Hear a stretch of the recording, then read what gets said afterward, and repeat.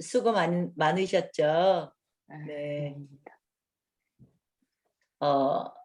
김연경 자매님 한번 인사 좀 할까요? 네, 반갑습니다.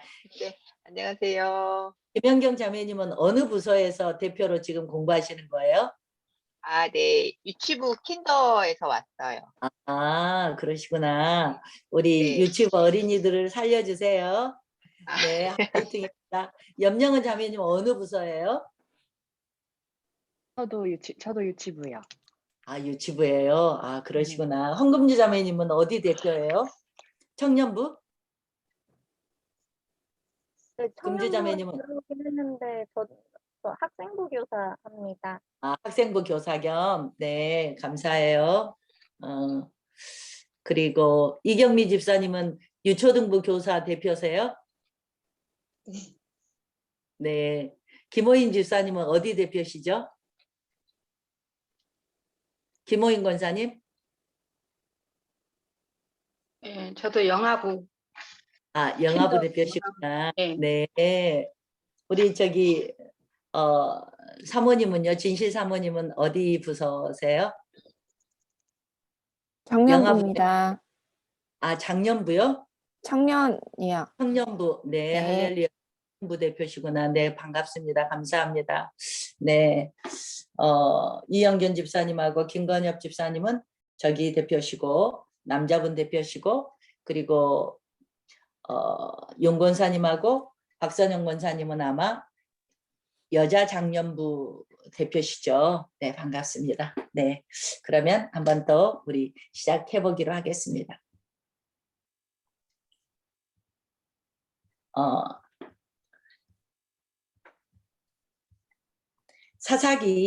사사기를 오늘 들어갈 건데요.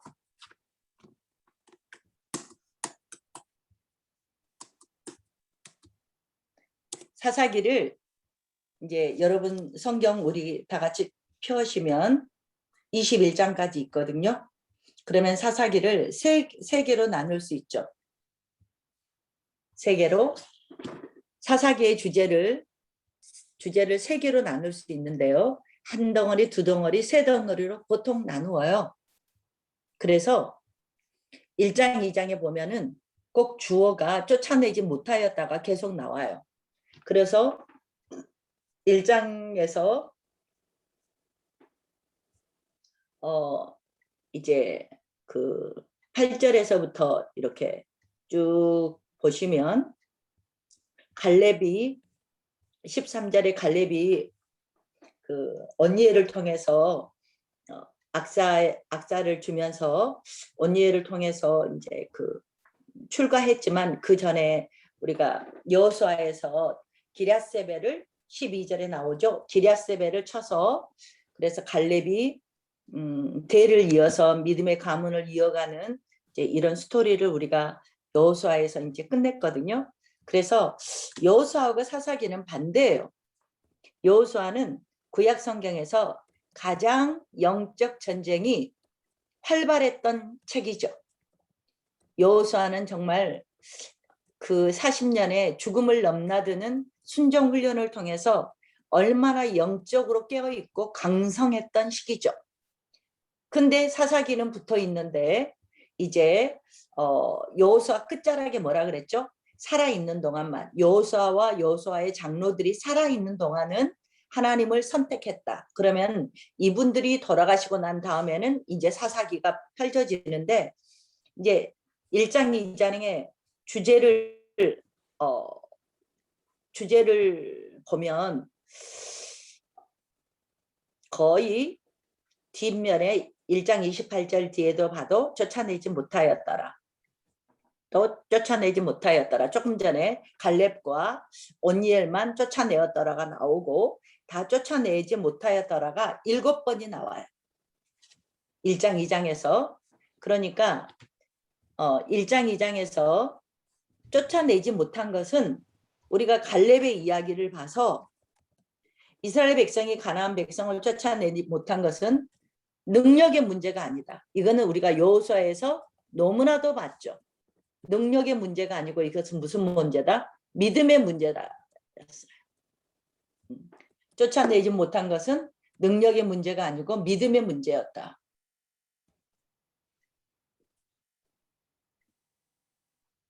김동진 집사님 들어오셨어요? 네, 반갑습니다.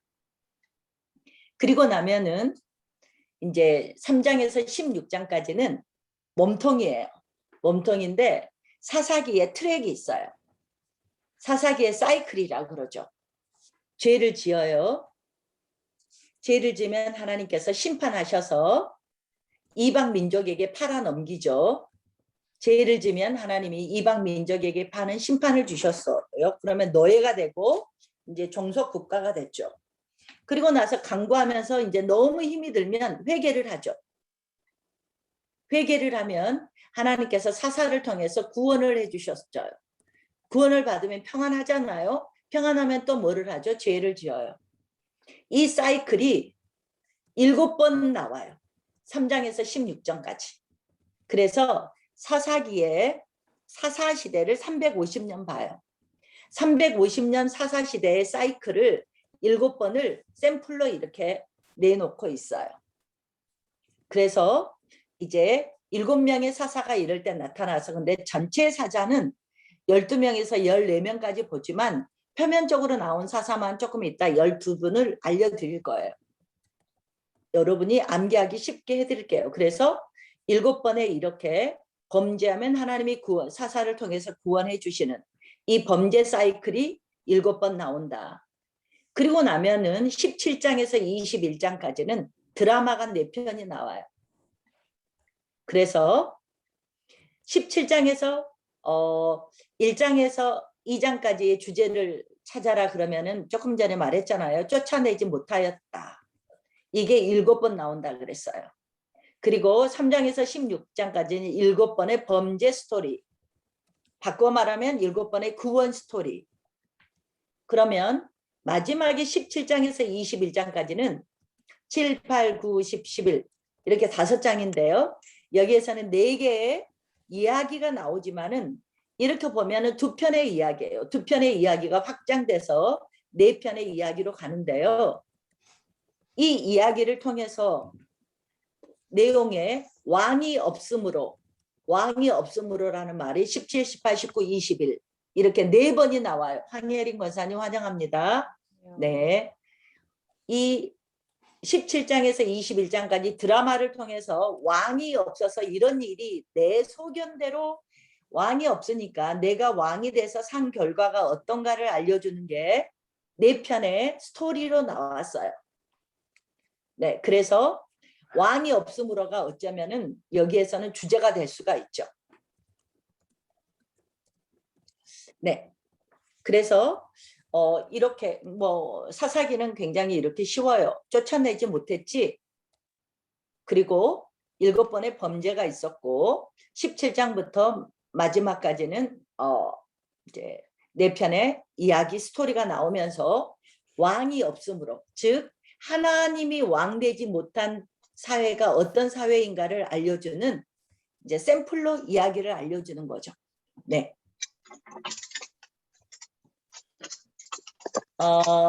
전민재 청년 반가워요. 민재 형제. 안녕하세요. 네, 반갑습니다. 네, 우리 민재 형제 얼굴을 못 보겠네. 지금 안 켜져가지고. 지금 하고 있어요? 네. 네, 엄마는 아직 안 오셨어요? 네. 네. 엄마도 부지런히 오고 계시겠죠? 네. 제가 어떻게 잘못했습니다. 네. 그러면 이제 우리가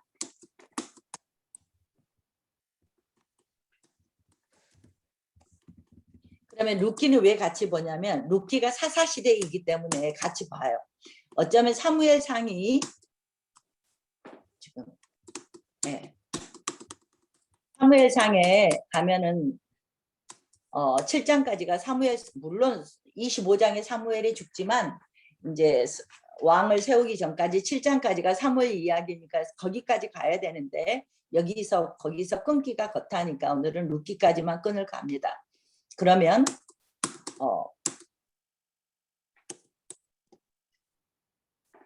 이제 사무엘 1장에서 2장 보면은 철병거가 있어서 못 쫓아낸 그룹도 있고 못 쫓아낸 결과가 그들에게 이스라엘 백성에게 가시가 되고 올무가 된다고 했어요. 그랬는데 볼게요. 그러면 1장 2장에 사사기에 왜 이렇게 사사기를 우리가 뭐라 그러냐면요. 암흑시대라 그래요. 암흑시대가 몇 번 오는데요. 이때 사사기가 암흑시대고 요즘에 여러분들 세계사 공부할 때 중세 암흑시대라 그러잖아요. 그리고 또 중간기에 말라기 끝나고 예수님 오실 때까지 그 기간을 또 암흑시기라고 하죠. 그래서 성경에서 나오는 암흑시기 중에서 스타트예요. 그래서 우리가 이제 얼마나 여호수아에서 정복 전쟁을 하고 광야를 지나면서 힘이 들었겠어요. 그래서 정복을 이제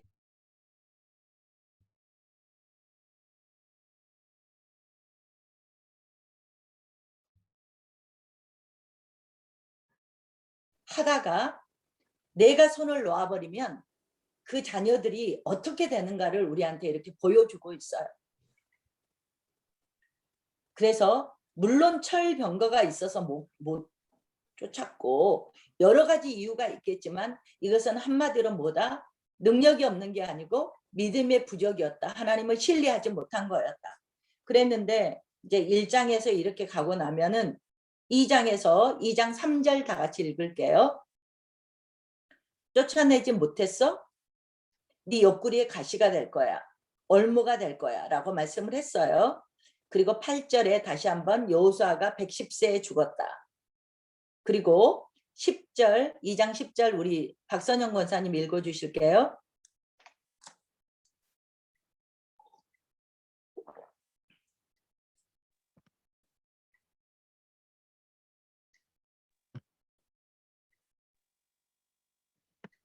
그 세대의 사람도 다 그 조상들에게로 돌아갔고 그 후에 일어난 다른 세대는 여호와를 알지 못하며 여호와께서 이스라엘을 위하여 행하신 일도 알지 못하였더라.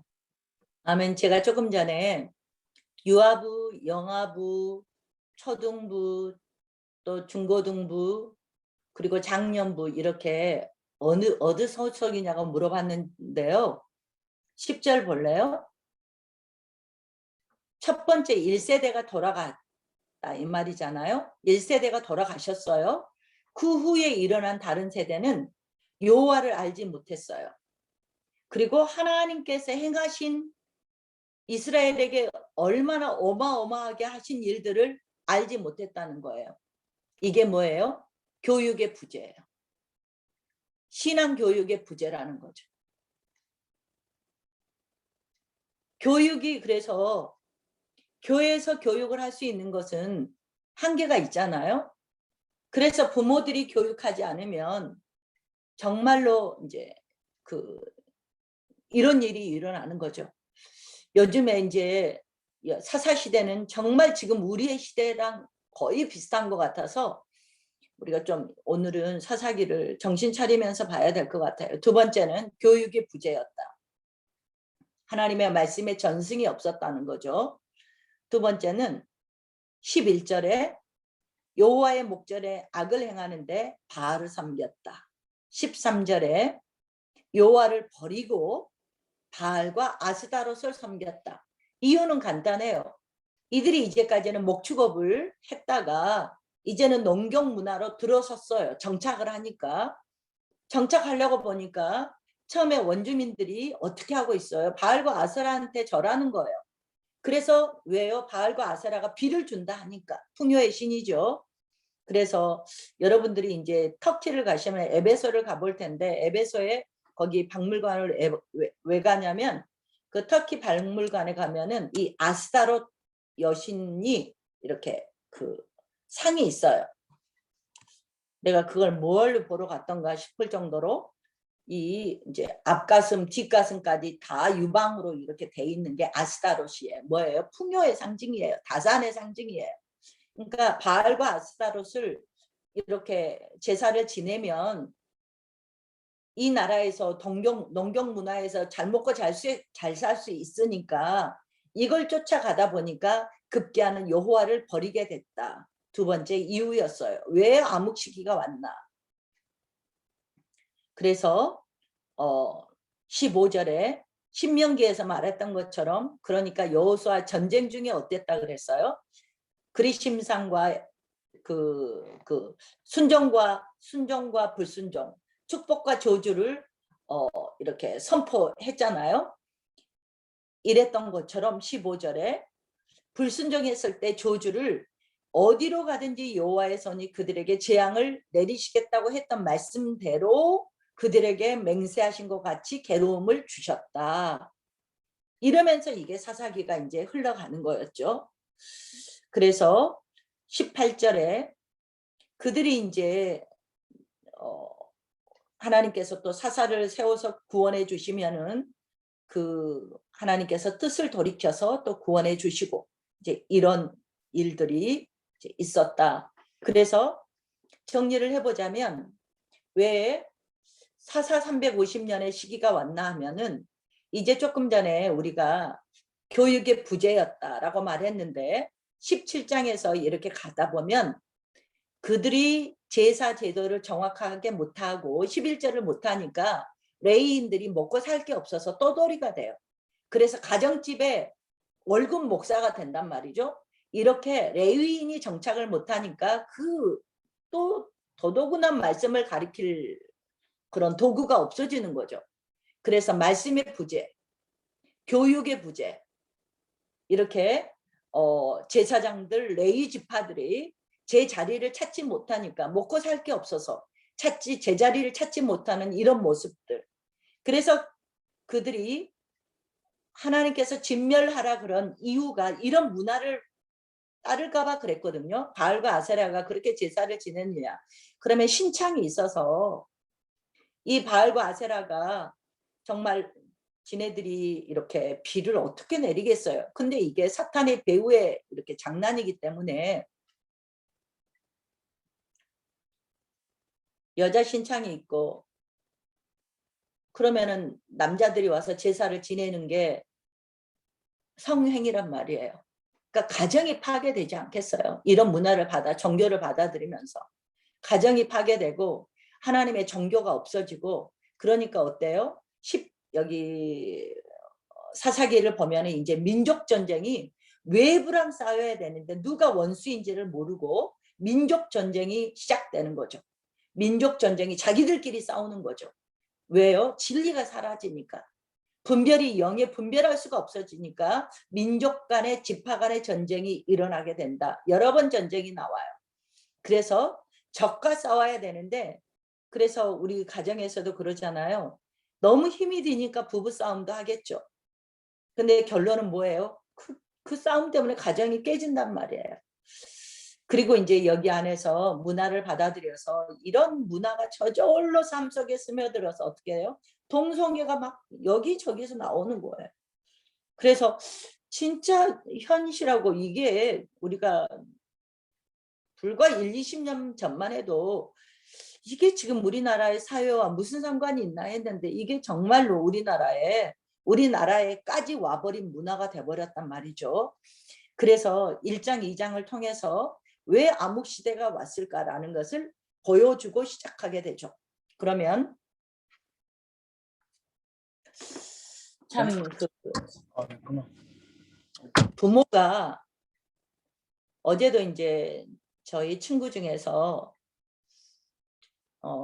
작년 9월에 퇴직을 하고 뭐 여기 중계동에 옛날에 토피아 영어학원 컸잖아요. 거기 이사였어요. 그랬다가 다른 데 건설에서 또 이사를 갔는데 그 친구가 9월 달에 이렇게 퇴직을 하고 하영아 내가 퇴직하면 네 가는 곳에 나도 단기 선교를 꼭 갈 거야. 몇 달씩 꼭 갈 거야. 이랬던 친구였는데 남편이 부정맥으로 날마다 4번의 시술을 했는데도 약도 안 받고 해서 그 부정맥 때문에 통증 때문에 잠을 못 자는 거예요. 그러니까 이렇게 아프나 수면제 먹고 잠자버리면서 죽든지 둘 중에 어떤 것도 상관없다 하면서 너무 고통스러우니까 그 수면제를 먹고 이틀간 계속 잤더라고요. 그래서 그때마다 이제 기도해 달라고 연락이 오고 그랬는데 그 친구도 어떤 암 근처에 어떤 또 질병에 또 놓여 있고 딸이 또 갑상선 수술했다가 수술하면 괜찮잖아요. 근데 3개월 후에 또 했는데 또 그때보다 수치가 더 안 좋아서 급기야는 직장 그만놓고 그러니까 내일 일을 누가 알겠냐고요.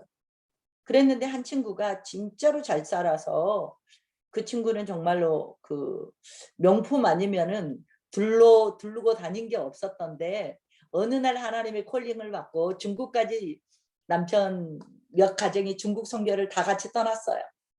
그래서 열심히 재밌게 너무너무 신앙생활을 잘했었는데 나중에 알고 보니까 남편이 음란 중에 사는 친구였어요. 그래서 그 다음에 과정이 한두 번 갖고 그랬겠냐고요. 몇 번의 과정을 뭐 공황 장애도 앓고 남편에게 다른 여자에게 별짓을 다 해오지 않았겠어요? 그리고는 결국은 포기를 했어요. 그랬는데 하나님께서 그 과정을 그냥 안 놔두시대요. 빚 더미에 안고 아파트까지 다 팔고 갈 곳이 없어서 서울에서 일하고 있는 딸 집으로 왔고 남편은 베트남에서 1년 전에 갔는데 나오지도 못하고 있는 거죠. 그래서 우리는 그런 것도 모르고 남편 못 봐서 어떡해? 베트남에서 베트남의 여자애들이 한국인을 좋아하거든요. 좋아하면 어떡하지 그랬더니 내가 처음으로 말을 한다 하면서 진짜로 요즘에 남자들이 신앙에 있는 사람이든지 없는 사람이든 다 이렇게 하고 살더라라고 말을 하더라고요. 그래서 말려도 보고 뜯어도 보고 여자를 만나서 해결도 해보고 이게 여러 번 가니까 이제 포기가 돼서 공황장애로 자기가 죽을 것 같으니까 다 포기하고 그러니까 이 친구는 기도로 살았더라고요. 기도로. 기도 안 하면 죽을 것 같으니까. 그러니까 세상 사람들은 기도 안 하고 어떻게 사는지 정말 너무 대단한 것 같아요. 그래서 정말 우리가 내일이 있나? 우리가 정말 하나님 아니면 어떻게 살지? 이 사회에서 어떻게 살지? 지금 초등학생도 동성연애가 불법인지도 모른단 말이에요. 중고등학생은 말할 것도 없고 여자가 여자를 사귀고 남자가 남자를 사귄 게 유행이 돼갖고 진짜로 이게 어디까지 갔는지 알 수가 없단 말이에요. 그래서요. 공 목사님께서 그때 그렇게 설교를 했잖아요. 나는 그 말이 너무나 가슴에 맺혔어요. 한 남자가 한 여자가 가정을 이루고 끝까지 배반하지 않고 그 여자 앞에서 그 남자 앞에서 부끄럽지 않게 어떤 경우에도 부끄럽지 않게 사랑을 잘 지켜나가는 것이 영적 전쟁이다. 이해되세요? 그렇죠. 정말 그런 것 같아요. 여기 10년 전에만 해도 이런 말이 안 먹혔거든요. 그랬는데 이제는 가정을 지켜내는 게 영적 전쟁이 되는 시기가 와버렸단 말이죠. 이게 제가 화면이 안 움직여서 지금 좀 이렇게 하고 있습니다. 그래서 얼마나 우리 다음 세대가 지금 이게 우리 얘기를 하고 있는데 지금 4사시대 얘기가 그 말이단 말이에요. 1세대가 신앙에서 끈을 놔버리니까 이제 신앙하다가 하나님의 그 교육을 나는 지금 이제 우리가 시대를 한탄하고 우리 세대가 시대를 한탄할 수 없는 게 우리가 이런 자녀로 키워놨단 말이에요. 우리 자녀들한테 뭐라 그래요? 네가 잘 되려면 좋은 대학 가야 되니까 아무것도 인성교육도 성품교육도 말씀교육도 뒤로 하고 뭐를 했어요? 공부하라 그랬잖아요. 그러니까 이제는 이기주의가 돼서 결혼도 안 하려고 돈 벌어서 왜 부인을 갖다 주냐고 애들이 결혼도 안 한다 그러잖아요. 그리고 나 혼자 잘 쓰다가 가겠다고 참 그렇습니다. 그래서 이게 우리 부모들이 키워놓은 결과가 이 세대라고 한다면 1세대에서 죽자 살자 하나님의 말씀 교육을 해놓지 못한 결과가 지금의 세대란 말이에요. 그러니까 어제 친구들도 하는 말이 진짜로 뭐 남부럽지 않게 살았죠. 남부럽지 않고 살았는데 회한이 뭐냐 하면은 애들을 하나님의 말씀과 기도로 키우지 못했다는 거죠. 제가 우리 애들한테 이제 우리 가족 성경 공부를 하면서 너희들은 엄마한테 키워졌기 때문에 그러면 너희들은 너네 자식들을 어떻게 키울 거냐고 물어봤어요. 그랬더니 뭐 딸들이야 대동소이하고 이렇게 저렇게 말을 하는데 두 사이가 제 마음에 울림을 줬는데 큰 사이는 뭐라 그러냐면 이 모든 것들은 우리가 최선을 다해서 하겠지만 그 이후에 기도와 삶이 아니겠어요? 아무리 그렇게 신앙생활을 교회 생활이 있고 신앙생활이 있는데 우리가 교회 생활을 할 수 있지만 우리 삶에서 묻어나는 예수 작은 예수로 사는 그 삶이 묻어나지 않으면 뭐가 교육을 했다고 우리가 애들한테 말한 게 애들한테 얼마나 먹히겠냐는 거죠. 그래서 기도하고 부모가 삶으로 살아내는 거 그러면서 이제 감사하게 큰 사이는 이제 우리 큰애를 말을 하면서 그 말을 하는 거예요. 이제 그 호적 이름은 사라가 설리거든요. 어머니 설리가 얘기하는 게 삶으로 보여주는 거 외에 어떤 교육이 있겠냐 하면서 엄마 아버지 얘기를 자주 한다는 거죠. 감사하죠. 이제 여러분들한테 말하기 부끄러운데 근데 애들이 그렇게 말을 하는 것은 자기 마음에 뭔가 스며든 게 있으니까 그렇게 말을 해줬겠죠. 그랬는데 작은 사이는 뭐라 그러냐면 어머니 신앙으로 키우지만 사회 세상에 말을 걸 줄 알고 세상에서 말을 걸어와 줘야 되지 않겠어요? 이렇게 말을 하는데 나는 두 가지로 정리가 됐어요. 이제 그 친구는 그렇게 말을 하는데 뭐냐? 세상에서 나를 말을 걸어주려면 두 가지가 있는 것 같아요. 뭐요? 실력과 성품인 것 같아요. 실력이 있어야 나한테 콜을 해줄 거 아니에요. 실력이 있어서 공동체에 들어갔어. 그랬는데 하나님의 성품이 아니야. 그러면 예수님을 다시 십자가에 못 박는 거잖아요. 그래서 실력과 그 성령의 열매의 성품이 같이 가야 된다. 이제 이런 말을 그 친구는 그 표현으로 그렇게 하더라고요. 사회에 말을 걸 수 있도록 그리고 세상에서 나를 불러줄 수 있는 이런 자녀로 키워내야 되지 않겠냐고. 그러니까 엎어치고 대쳐도 하나님의 말씀과 기도와 삶이라는 거죠. 그러지 않겠어요? 그래서 저는 어렸을 때 너무나도 은사 집안에서 컸기 때문에 어렸을 때 은사를 받는 사람은 하나님의 능력 받으면 저렇게 사는 줄 알았어요. 그렇게 사는 줄 알았어요. 그랬는데 내가 은혜를 받고 하나님의 말씀을 받고 이렇게 살아보니까 진짜로 은혜 받은 사람은 가장 온유하고 겸손한 사람이 돼요. 진짜 능력 있는 사람은 정말로 겸손한 사람이더라고요.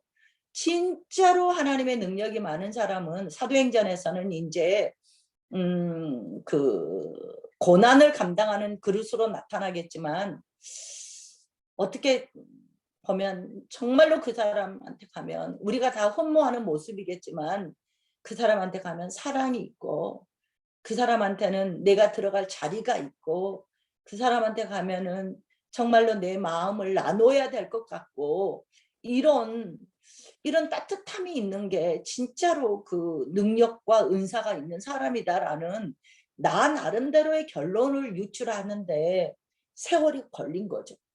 근데 예전에는 정말 예전의 능력자들은 안 그랬거든요. 안 그랬다는 걸 보면 우리가 정말로 우리가 하나님의 말씀을 몰랐구나.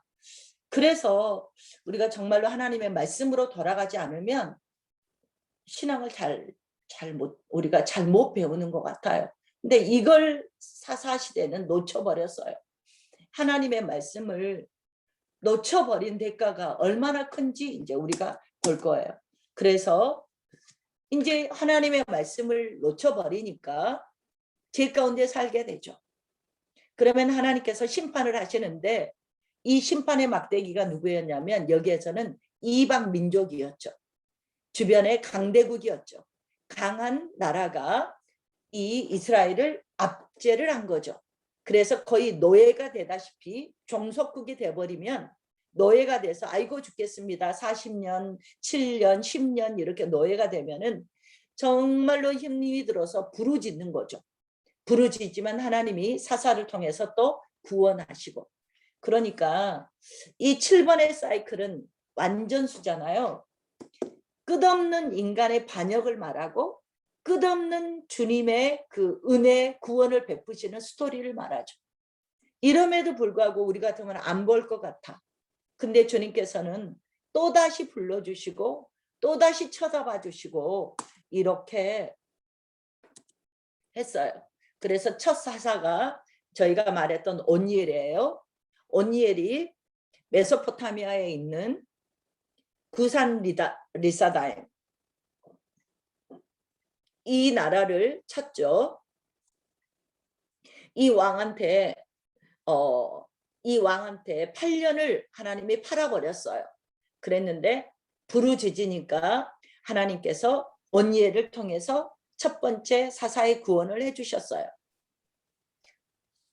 두 번째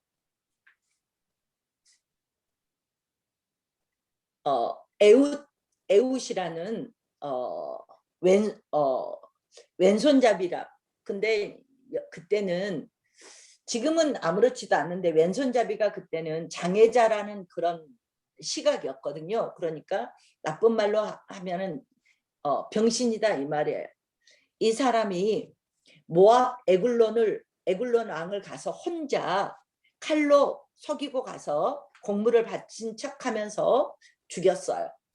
그래서 또 모압으로부터 왕을 죽이고 평안을 얻은 시기가 에웃이었다. 두 번째.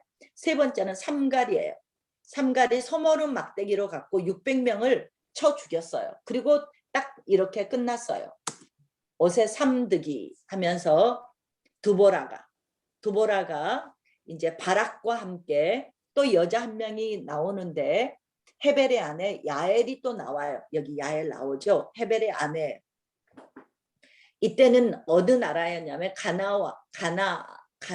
가나안의 야빈 왕이었고 장군 이름은 시스라였어요.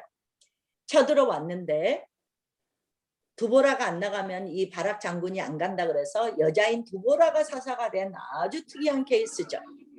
그래서 왕을 가나안을 물리쳤어요.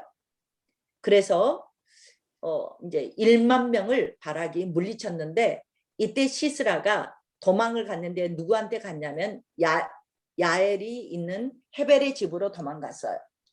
그래서 물 좀 달라 그래서 따뜻한 우유를 줬더니 잠든 틈에 이 야엘이 말뚝으로 생각을 해보세요. 여자가 얼마나 힘이 좋았는지. 그때는 장막 시절이었나 보죠.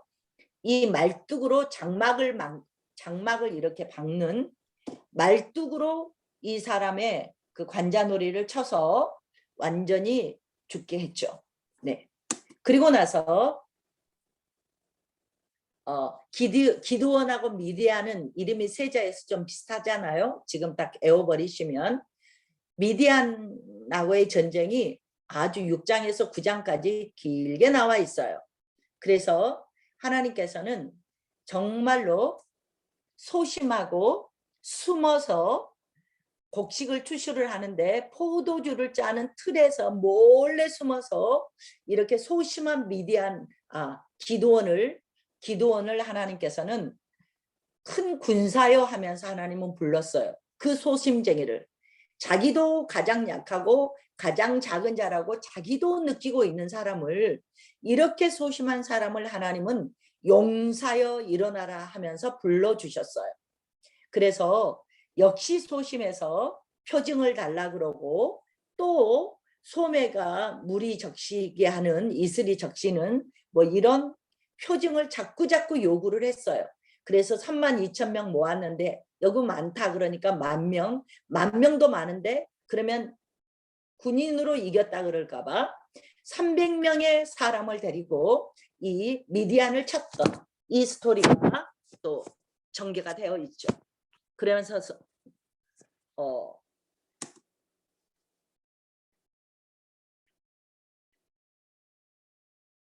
그랬는데요. 이제 조금 이따 말씀을 드리겠지만 기드온이 아들이 몇 명이라고 9장에 나오냐면 70명이라고 나와요. 이 말은 뭔 말이냐면 조금 있으면 요담도 그렇고 여러 한 4명이 아들들이 40명, 70명, 30명 이런단 말이에요. 이것은 뭐겠어요? 여인을 많이 줬다는 거죠. 사사시대인데 자기들이 기드온도 내가 왕이 아니에요. 왕 안 될 거예요. 해갖고 70명의 아이를 낳았는데 이 중에서 한 명이 아비멜락이라는 아들이 69명을 다 죽인 줄 알았어요. 다 죽이고 자기가 왕이 돼버렸어요. 그랬는데 그 막내 아들인 요담인가가 있을 거예요. 얘가 몰래 숨어서 한 명이 살아서 이렇게 무자비한 아비멜렉이 왕이 되는 게 맞냐 하면서 나무를 빚고 와서 말을 하는 게 아마 9장에 나올 거예요. 그러니까 말은 내가 왕이 안 되겠습니다 했지만 이 사사들의 삶이 왕처럼 살았구나라는 것을 우리에게 알려주고 고발을 하고 있는 것 같아요. 그리고 이제 입다가 암몬에게 입다는 첩의 아들이요, 기생의 아들이었어요. 그래서 다른 번처소생들에게 쫓겨서 돛당, 너비 아니에요. 돛당이라는 곳에 살고 있었는데 장로들이 찾아왔어요. 아마 이 사람의 힘을 알고 있는 것 같아요. 암몬이 땅을 달라고 요구하니까 우리는 싸울 힘이 없다. 그래서 네가 입다가 와서 싸워주면 우리의 머리로 우두머리로 삼을게 해갖고 입다는 디베이트 리더예요. 말을 잘한단 말이죠. 그래갖고 입다는 이제 보세요. 조금 이따 보시면 안 나올 수도 있겠다. 전쟁이 끝났을 때요. 내 힘으로 한 사람은 입다라고 봐요. 조금 전에 미디안을 쳤던 게 기드온이잖아요. 기드온은 자기가 처음부터 약한 존재였다는 걸 알았단 말이죠. 그랬는데 미디안 치고 암몬을 치고 났을 때 2번 다 찾아온 지파가 있는데 에브라임 지파예요. 에브라임 지파가 와서 왜 자기들이 전쟁할 때는 안 나와 놓고 전쟁이 끝날 때쯤에 끝나고 나면은 딱 기드온한테도 오고 입다한테도 와갖고 왜 나는 안 불렀냐고 하는 거죠. 이랬을 때 기드온은 끝까지 자기가 겸손하게 나가요. 당신의 끝포도가 우리만 하겠냐. 그러면서 기드온은 에브라임 지파가 그렇게 화가 나고 노가 기승을 부리면서 왔을 때 처음부터 끝까지 겸손한 말로 에브라임 지파의 그 리더들의 화를 누그러뜨리는 굉장히 처음부터 끝까지 겸손한 모습으로 나왔어요. 입다는 어떤 줄 아세요? 입다는 정말로 자기 의가 강한 사람 같아요. 뭐라고? 전쟁할 때 오지도 않고 이게 웬 말이야 하면서 에브라임이랑 전쟁해갖고 42,000명을 죽여버리죠. 그래서 참 이런 사사들을 볼 때 이제 보세요. 계속 하나도 온전한 사사가 없어요. 정말 하나님께서 불쌍히 여겨서 사사 같지도 않는 사사를 이렇게 주시면서 계속 구원하는 스토리예요. 그리고 나서 이제 우리가 다 아는 삼손 이야기예요. 삼손이 13장부터 16장까지 여자 좋아했죠. 하나님께서 나시린으로 기도하는 노아가 아니고 마노아에게 삼손의 아버지 기도하는 사람이었어요. 정말 기도하는 사람은 마노아가 처음 나오거든요. 그랬는데 이 마노아의 아들로 삼손이 태어났지만은 이 나시린의 규정을 삼손은 다 깨트렸어요. 삶에서 나시린으로 못 살았단 말이에요. 그러면서 이제 13장에서 딥나를 사랑했고 16장에서는 드릴라를 사랑하면서 여러 스토리가 여러분들 많이 봤고 영화도 봤을 거예요. 결국은 어때요? 4번째 드릴라에게 자기의 힘의 근원인 머리에서 힘이 나온다는 걸 알려줬죠. 그래서 블레셋이 어땠어요? 삼손의 눈을 뺐어요. 그리고 옥에 가두었어요. 그리고서 맷돌을 돌리는 이 모습을 구경을 시키면서 놀이개감이 됐어요. 이게 뭘 말을 하냐면 삼손의 스토리가 3, 4, 5, 6, 4장이나 나오거든요. 무슨 말을 하냐면 하나님이 능력을 주셨지만 삼손은 그 능력을 지탱할 힘이 없었어요.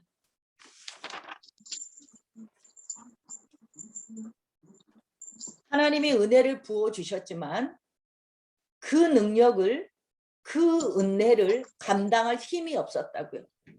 제가 전자에 말했잖아요. 저희 친구가 중국에 가서 10년을 선교를 했는데 정말로 물질을 그냥 부어주셨대요. 그걸 감당을 못했어요. 그래서 남자는 어땠어요? 여자를 탐닉하기 시작했어요. 그러자 지금 이런 시국이 됐듯이 이게 뭐예요? 삼손의 모습은 지금 이스라엘의 현 주소를 보여주는 거예요. 하나님이 얼마나 큰 능력을 주셨지만 하나님의 그 영적 은사를 지킬 수 있는 힘이 영역이 없었다는 거죠. 정말로 하나님의 은혜, 우리 조금 전에도 한 가정을 지킬 수 있는 것도 영적 전쟁이고 영적인 능력이다라고 말씀을 드렸듯이 우리에게 누구나에게 다 있는 하나님의 은사를 주셨고 정말 기회를 주셨어요. 그랬는데 이것을 지키지 못하는 삼손, 이걸 지켜내지 못한 이 가나안 땅을 하나님이 선물로 주셨는데 이걸 지켜내지 못한 이스라엘의 모습을 삼손으로 보여주고 있는 거예요. 이러면서 사사시대를 고발하고 있는 거예요, 지금. 그런데도 히브리서 11장 32절에는 삼손을 뭐라 그래요? 믿음의 사람으로 봐요. 왜 그럴까요? 외적으로는 삼손의 삶이 다 망가졌어요. 이제는 눈도 뽑혔어요. 머리도 깎였어요. 세상의 놀이개가 됐어요. 적군의 놀이개가 됐어요. 뭐예요? 사탄의 놀이개가 됐단 말입니다. 우리가 죄 속에서 빠져나올 때, 빠져나오지 못했을 때, 그때 삼손은 어땠어요? 하나님을 바라보기 시작했어요. 아멘. 그때서야 나의 모든 외적인 현실이 다 망가진 후에야 하나님을 바라보고 원수를 갚게 해주십시오. 내가 이들과 함께 죽겠습니다. 했을 때 자기가 살아서 블레셋을 죽였던 것보다 더 많은 사람을 죽였고 이 일을 통해서 하나님께서 블레셋을 치기 위해서 삼손을 하나님이 나실인으로 주셨는데 하나님의 뜻도 이루어졌죠. 그러니까 인간이 어떻게 가도 하나님께서는 하나님의 뜻을 이루죠. 근데 그 선택받았던 그 사람이 하나님의 뜻을 이루지 못하면 그 사람은 너무나도 망가지고 비참하고 불쌍해지잖아요. 그래서 정말 자유하고 정말 행복하고 정말 우리가 승리하고 진리의 길을 간다는 게 얼마나 승리자의 삶을 사는 것인가를 하나님은 이래도 저래도 하나님의 뜻을 이루어 가실 거예요. 근데 내가 하나님 편에 있을 때는 정말로 하나님의 승리가 나의 승리가 되고 하나님의 영광에 내가 같이 참여하는 그 놀라운 은총을 받게 되는데 그러지 못할 때는 이런 아픔이 우리에게 동반된다는 거죠. 네, 그래서 하나님께서는 마지막일지라도 하나님을 다 망가진 다음에 하나님을 바라보는 삼손에게 또 기회를 주시고 하나님의 은총을 부어주셨어요. 그래서 마지막에 힘을 주셨고 원수를 갚게 해주셨고 그 사탄의 놀이개에서 벗어날 수 있도록 이스라엘을 구원해 주셨죠. 네, 정말 우리가 하나님의 은혜 아니면 이 세대에서 어떻게 살아가지라는 생각이 자꾸 들잖아요. 그래서 지금 주일학교 유초등부에 있는 선생님들에게 정말 우리 아이들의 말씀과 기도로 그들의 부모들이 잘 해주는 부모도 있겠지만 애들을 밖에 세상에 과외를 하는 것만큼 하나님 말씀을 과외시키는 사람이 있겠냐고. 예수전도단은 그 애들 DTS가 있잖아요. 우리 애들 어릴 때 예수전도단 DTS가 애들 그게 한 달에 5만 원이었어요. 그랬는데 우리 교회 다니는 최수자 권사님 있잖아요. 새벽기도 다니시다가 이제 상도동으로 남편 돌아가시고 이사 가셨거든요. 그 권사님은 손녀 키울 때 그 예수전도단 DTS를 보냈어요. 나는 그때 돈이 없어서 애들 한참 들어갈 때 이제 제가 이제 뭐 하나님께 약속한 게 있어서 못해서 진짜 하고 싶었는데 그걸 못한 대신에 나는 죽으나 사나 애들에게 큐티로 쇼부를 보겠다. 그래서 애들에게 그렇게 하나님 말씀으로 이제 그게 영적 전쟁이더라고요. 나는 나 혼자는 새벽 기도에서 진짜 그때는 새벽 3시에 나갔으니까 마음껏 하나님께 올릴 수 있는데 이것들을 애들한테 해준다는 건 진짜로 영적 전쟁이죠. 나 혼자 가늠하는 건 정말 쉬운 신앙생활이에요. 그러니까 청년 때의 신앙은 모른다는 거예요. 애기 낳아봐야. 애기 낳아서 자기 애기를 어떻게 키우는 걸 봐야 그 사람의 신앙이 어떻게 돼 있는지를 우리가 볼 수 있어요.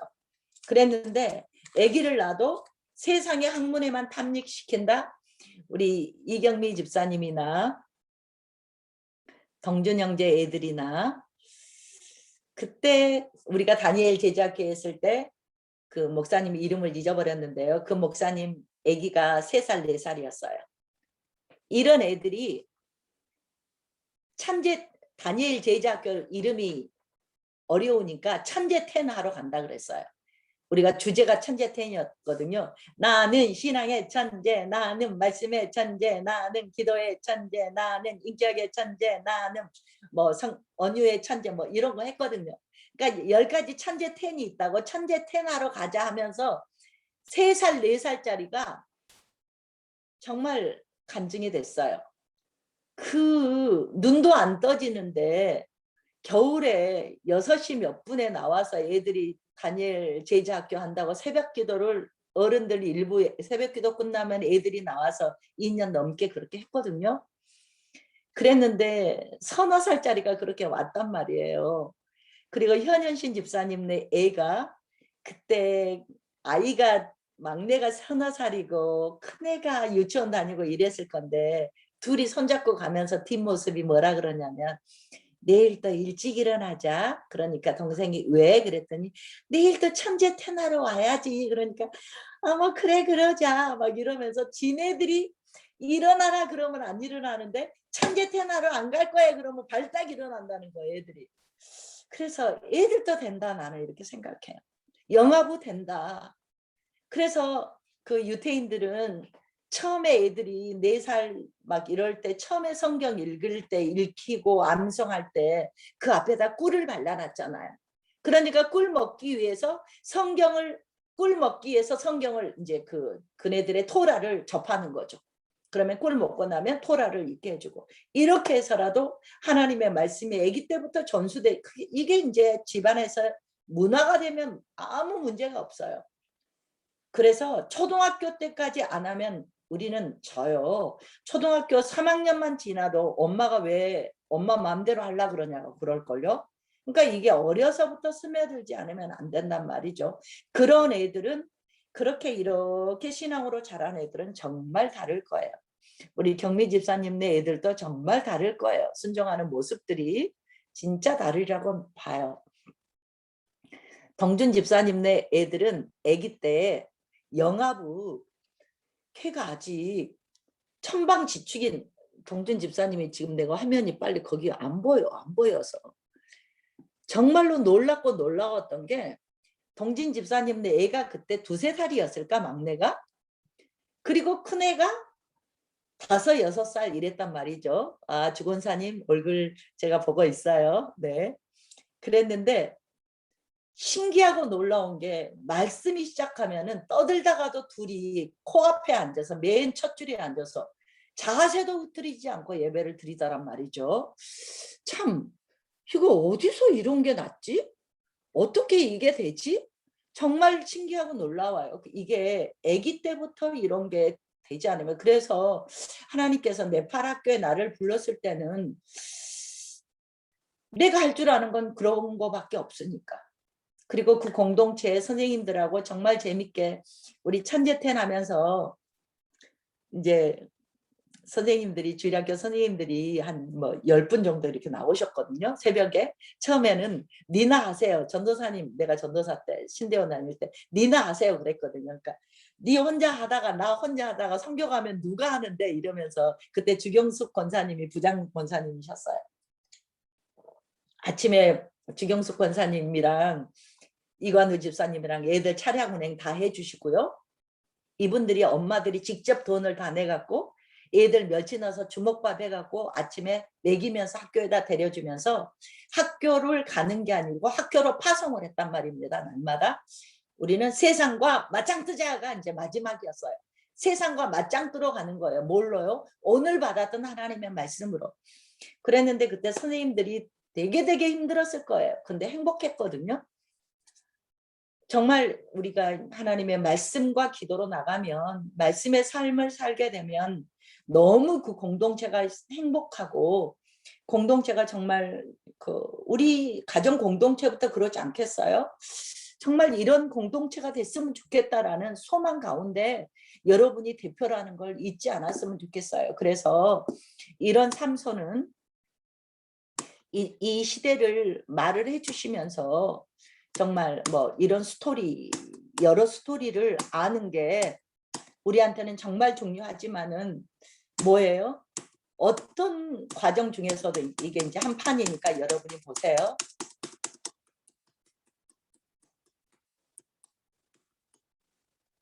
네, 사진 찍으시고 이거는 좀 외울 게 있죠. 그러면 메모하실래요? 이제 가다가 말을 끊고 그냥 진도 나갑니다. 사사들이 우리가 이제 12명으로만 봅시다. 뒤에 사무엘도 빼고 두보라는 그냥 바락과 함께라고 생각하시고, 먼저 제가 불러드릴게요. 온니엘,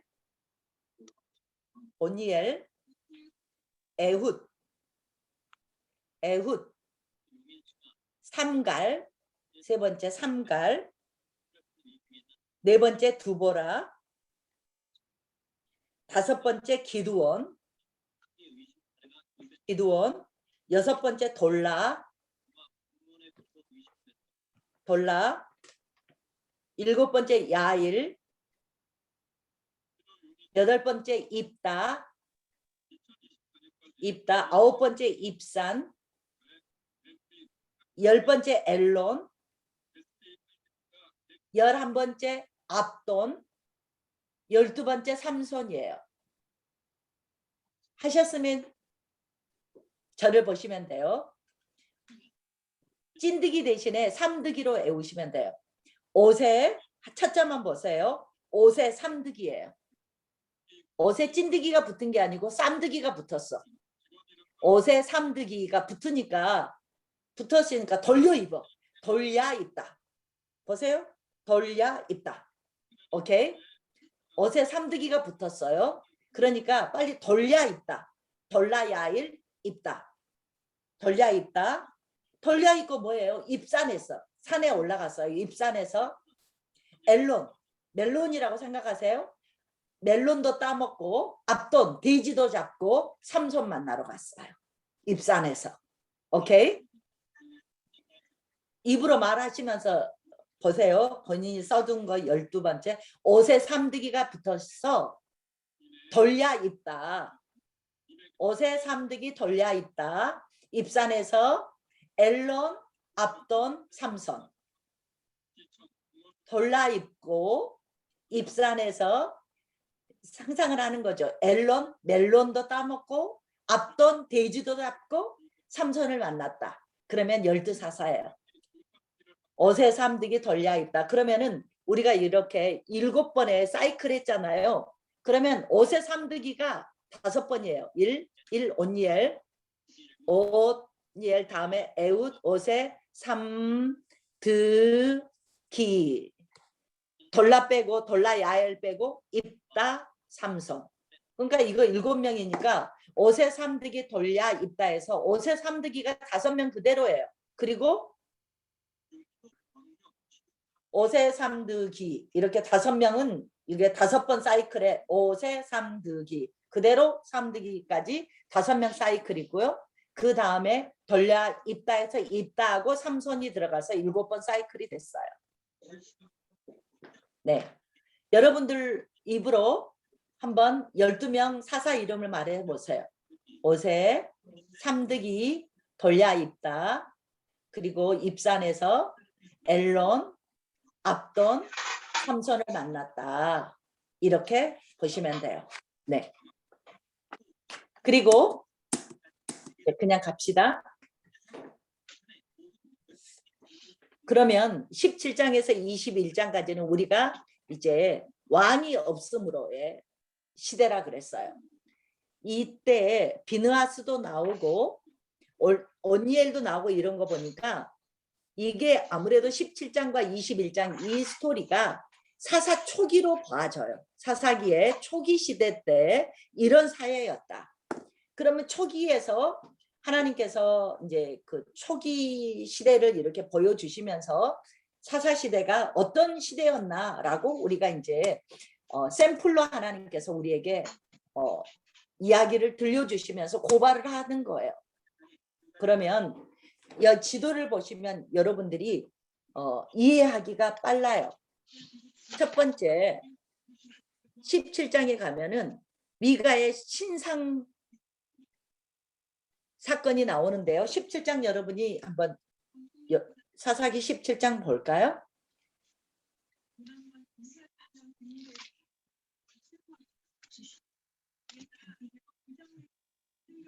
사사기 17장을 딱 열면 에브라임 지파라고 나올 거예요. 네, 17장 1절에 보면 에브라임 삼지에 미가라는 사람이 있더라 하면서 여기 이 지역을 말해주죠. 중간이에요. 허리 부분, 허리에 벨트다 생각하면 돼요. 에브라임 지파는 생각하실 때. 그래서 이 에브라임 지파에 미가라는 사람이 살고 있었어. 그랬는데 이 미가가 엄마의 은을 훔쳤죠. 그랬는데 엄마가 찾으니까 양심의 가책이 돼서 다시 드렸어요. 그랬더니 엄마가 뭘 만들었어요? 신상을 만들었어요. 17장 3절에 신상을 만들어 놓고 뭐라 그러냐면 여호와께 고르키 드리노라 그랬어요. 그러니까 그때 당시에 신앙이라는 게 하나님을 섬긴다고 하는데 이게 우상인지 하나님 신앙인지 종교의 혼탁을 보여주는 그림이에요. 그러면서 집에다가 신상을 만들어 놓고 17장 4절이에요. 17장 5절에 에봇과 드라빔도 만들었어요. 그리고 한 아들을 세워서 제사장으로 삼았어요. 그래 놓고 뭐라 그랬어요? 6절? 자기 소견에 옳은 대로 행했다 그래요. 그러니까 하나님의 말씀대로 하나님을 섬기는 것이 아니고 그래서 말씀대로 여러분들이 하나님의 말씀에 따라서 하나님의 마음을 우리가 알고 가는 게 너무너무 중요한 거죠. 그래서요 하나님을 믿지만 내 소견대로 믿으면 또 하나의 우상을 우리가 만들고 있어요. 그래서 이거 하나의 우상을 만들었다라는 말을 지금 고발하고 있는 거죠. 그랬는데요. 10절 보면 한 베들레헴 청년이 있었는데 떠돌아 다녔어요. 그랬다가 미가의 집에 오니까 9절에 이 사람이 레인인데 떠돌아 다니는 것을 보고 10절 우리 집에 제사장이 되라. 그러면 이렇게 월급 줄게 이 말이에요. 10절 보면 연봉으로 이걸 줄게. 우리 집에 제사장으로 있을래? 그랬더니 레인이 이 집에 제사장으로 있게 됐어요. 이게 뭐예요? 이때 당시에 레위 지파가 이때 당시에 하나님의 말씀을 맡은 자가 얼마나 부재의 사건인가를 보여주고 있죠. 먹고 살 게 없으니까 또 돌아다녔죠. 그랬다가 한 집에 가서 한 집의 제사장 노릇을 하게 된 거죠. 이제 이런 미가의 집에 신상 사건을 이렇게 말하면서 이 옆에 바로 아래가 단 지파 보이시죠? 지도 봐보세요. 이 단 지파가 원래 우리가 그 7지파가 제비를 뽑아서 자기들이 그려서 3명씩 파송해서 자기 지파를 다 이렇게 지도를 그려서 자기들이 제비를 뽑아서 여호수아가 축복해주고 가서 정복하라 그랬거든요. 그래서 단 지파가 차지한 곳이 여기였어요. 그랬는데 여기가 누가 근처에 있냐면 블레셋이 살고 있거든요. 그러니까 그들을 영적인 힘이 있어서 정복하지 않으면 누구처럼? 갈렙처럼 정복하지 않으면 어때요? 곧바로 먹힌단 말이에요.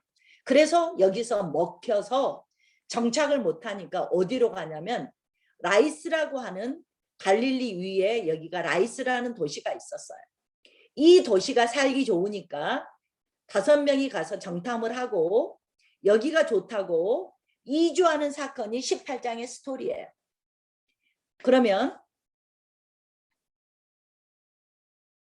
정복하지 못한 것도 불순종이고 하나님이 주신 땅의 경계를 옮겨버린 것도 불순종인데 여기 볼래요? 여기 에브라임 지파를 그 사람들이 선봉대들이 이렇게 땅을 찾으러 갔었을 때 에브라임 지파의 미가의 집을 갔었어요. 미가 집에 가니까 못도 있어요. 제사장도 있어요. 못도 있어요. 신상도 있어요. 못도 있어요. 에봇도 있어요.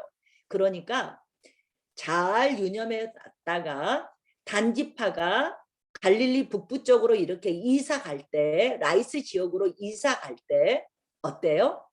에브라임 그 미가 집에 있었던 가는 길에 이러면서 레인도 들쳐없고 들쳐없다는 소리는 없죠. 도둑질에 간 거예요. 신상까지 다 도둑질에 가갖고 어디다 단에다 놓는 거죠. 그래서 단지파는 요한계시록에 12지파 나올 때 단지파는 빠져요. 그래서 이 단지파는 우상 숭배의 모델이 된단 말입니다. 그래서 이 단지파의 이주 스토리가 18장에 이제 이런 이야기가 있었어요. 단지파의 이동 스토리. 그리고 나서 19장을 열면 에브라임 산지에 사는 레이 사람 이야기가 나와요. 이 에브라임이 문제네요. 지금 에브라임에서 이 스토리가 다 일어났어요. 에브라임에서 레이 사람이 있는데 이 레이 사람이 어땠어요? 베들레헴에서 첩을 맞았어요. 베들레헴에서. 네. 베들레헴 그러니까 첩을 맞았는데 이 첩이 이제 그 행실이 안 좋았나 보죠. 2절에 보면 우리나라 지금 말로 하면은 바람이 나서 자기 친정으로 가버렸어요. 그러니까 이 베들레헴까지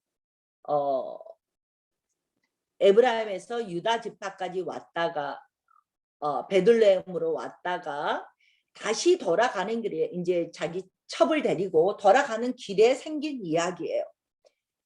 그랬는데 어디에 이제 19장 16절에 보면 에브라임 산지에서 기브아에 거류하는 에브라임 산지 사람이 기브아에 여기 베냐민 지파에 기브아라는 곳이 있는데 기브아에 사는 에브라임 사람을 만난 거예요. 그래서 그 집에서 유하게 됐어요. 그랬는데 22절 그 집에서 식사를 대접해주고 거기에서 이제 어두웠으니까 묵고 지나가야 되겠죠. 그랬는데 불량배들이 문을 두들기를 시작했어요. 그래서 22장 마지막에 보면 뭐라 그래요? 우리가 그와 관계하리라고 내 집에 들어온 사람을 끌어내라 그랬어요. 그러면은 여러분 알잖아요. 관계하리라 이 말은 동성연애 동성 연애하자는 말이에요. 그러니까 동네 사람들이 새로운 남자가 왔으니까 이 남자하고 동성애 하려고 지금 끄집어내라고 이렇게 된 거예요. 이랬는데 23절 집주인이 뭐라 그러냐면 이러지 말아라 하면서 내 처녀 딸도 있고 이 사람의 첩이 있으니까 얘네들 마음대로 해라 이렇게 말하는 거예요. 그러니까 지금 시대로 말하면 우리가 상상이 안 되잖아요. 어떻게 여자를 이렇게 아니 자기 딸은 또 뭔 죄야? 아무리 손님 대접한다고 자기 딸을 동네 불량자들한테 내준다고? 여러분들 귤도 먹고요. 저녁 안 드신 분들 간식도 먹고 그러세요. 네, 감사합니다. 차도 마시고요. 네, 언제 밥 먹었겠어요? 식사도 못한 분들 마실 텐데. 그래서 진짜 이럴 때는 전라도 말이 그냥 나온다니까. 얼척 없어. 얼척 없잖아요. 그러니까 조금 전에 여자 우리 그 두보라 선지 두보라가 아니고 그 오세삼 두보라 맞네. 오세삼 두보라 선지자는 여자였잖아요. 여자의 활약이 있나 했더니 후반기에 가서는 이제 보세요. 이제부터는 여자가 어떤 대접을 받고 있는지 여자의 그 취급을 정말 동물만 또 못한 취급을 받고 있는 게 이렇게 드러난다는 거죠. 그러니까 그 나라에서 서해된 사람들이 어떤 대접을 받고 있는가를 보면 그 나라의 그 삶을 들여다볼 수 있어요. 그래갖고요. 25절에 누구를 무리가 말을 안 들으니까 그 사람이 미안하니까 그 집 딸은 못하고 자기 첩을 붙잡아서 밖에다 내놔서 밤새도록 능욕을 당하다가 26절 동틀대에서 여인이 왔는데 엎드려져서 집 문 앞에 있었는데 이렇게 보니까 28절에 죽어 있어요. 그래서 죽었는데요. 이 사람이 어땠어요? 시체를 싣고 자기 곳에 돌아갔다는 것은 에브라임 지파로 돌아갔다는 말이에요. 베냐민 지파에서 이 기브아에서 이런 일을 당하고 나서 그 시체를 갖고 에브라임 집까지 갔어요. 가갖고 29절에 토막 살인을 했어요. 토막을 내갖고 어땠어요? 29절에 12덩이를 이스라엘 12지파에 보냈어요. 그래서 여러분 여기 19장은 19세 이하 관람 불가 이 영화예요. 19세는. 그러면서 사사기 19장 하면서 뭐 생각하면 돼요? 레인의 첩사건 생각하면 돼요. 그냥 알겠죠? 그래서 20장에 각각 각 지파로 이렇게 그 시체 토막을 보냈고 이제 말도 보냈겠죠. 그 사람 같이. 이랬을 때 2절 20장 2절 보니까 하나님의 백성의 총회에 섰는데 이 사람들이 몇 명 있었어요? 40만이 섰어요. 그래갖고 이제 어때요? 전쟁을 시작했어요. 전쟁을 시작했는데 13절에 먼저 이들이 12절에 이들이 사람을 보내서 이 악행이 어떻게 된 일이냐 하면서 13절에 기브아 사람들 그 불량배들을 넘겨주라 그랬어요. 전쟁하기 전에. 그랬는데 13절에 어때요? 베냐민 지파가 이 사람을 이스라엘 사람들은 다른 지파에서는 이런 우리가 악을 제거하는 샘플을 보이자 했는데 베냐민 지파에서 안 내보낸 거예요. 이게 뭐예요? 집단주의예요. 악하냐 잘하냐 선하냐를 묻지 않고 내 집단에 있는 것을 옹호해버리는 집단 이기주의란 말입니다. 이랬을 때 15절에 베냐민 지파가 나온 사람들이 26,000밖에 안 됐어요. 그리고 기브아 사람 중에서는 700명밖에 안 돼요. 근데 이 700명이 다 어땠어요? 물매로 돌리는 사람이었어요. 그러니까 물매를 한번 딱 던지면 실수 없이 다 죽이는 이런 그 베냐민 지파가 싸움 잘하는 이런 무기가 있었단 말입니다. 베냐민 지파의 이게 특징이었어요. 그랬는데 말이 돼요. 이 이스라엘 백성은 이스라엘 다른 지파는 몇 명이었는데 40만이었어요. 그랬는데 하나님께 물어봤어요. 물어봤는데 처음에 21절 보면 22,000명이 졌어요. 이스라엘 지파가. 두 번째 또 올라갔는데 25절에 보면은 또 18,000이 졌어요. 그러니까 몇 만이에요? 4만이 죽었어요. 신기하지 않아요? 왜? 40만이 갔는데 26,000을 못 이기고 두 번이나 패했단 말입니다. 이것도 하나님께 물어보고 했는데 그래서 26절에 저물도록 울고 금식하고 물어보니까 내일은 넘겨줄게. 그러면서 그 다음에 가서 베냐민이랑 싸워서 다 죽여버렸어요. 다 죽여버렸어요. 그리고 나서 47절 숨어서 도망간 사람이 600명만 남았어요. 광야로 도망간 사람 베냐민 지파가 600명이 남았어요. 뭔 말이냐? 한 지파가 없어져 버렸어요. 한 지파가 없어져 버렸어. 그러니까 이제 이분들도 아차 4만이 처음에 두 번이나 져버렸기 때문에 더 독이 올라서 이렇게 완전히 말살을 해버렸을 수도 있겠죠. 그랬는데 600명만 남고 한 지파가 골이 난 것을 알고 이제 이 사람들을 이 지파가 없어져 버린 걸 알고 이제 2절에 또 하나님 앞에서 울고 한 지파가 없어져 버렸다고 그렇게 하고 나서 5절에 이제 회의를 했어요. 그랬더니 총에 올라오지 않는 이렇게 전쟁에 참여하지 않은 사람이 누구지? 하고 봤더니 6절에 왜 그랬어요? 베냐민이 형제 베냐민이 한 지파가 끊어졌던 것을 이제 깜짝 놀란 거죠. 그래서 자기들은 이 베냐민 지파와 아내를 주지 않기로 약속을 했기 때문에 총에 올라오지 않은 사람이 누구지 하고 봤더니 8절에 길르앗 사람이 있었어요. 야베스 길르앗. 야베스 길르앗 사람이 한 명도 안 올랐다는 것을 알고 또 전쟁을 한다. 10절에 보면 용사 12,000명을 보내서 완전히 길르앗 야베스 사람들을 진멸해버려요. 그래서 12절에 처녀 400명을 데리고 와서 베냐민 지파에게 줘요. 그러면 600명이 남았는데 400명 주고 200명이 아직도 아내가 없잖아요. 그래서 또 어떡하지? 의논을 했어요. 그랬더니 16절에 이렇게 의논하는 모습이 보이죠. 그랬더니 18절에 또 19절에 보니까 실로에 해마다 명절이 있어서 파티하잖아. 이때 숨어서 파티하려고 나온 여자들을 보쌈해 가자. 그래갖고 200명을 보쌈해 갖고 가도록 베냐민 지파 청년들을 이렇게 파송한 거죠.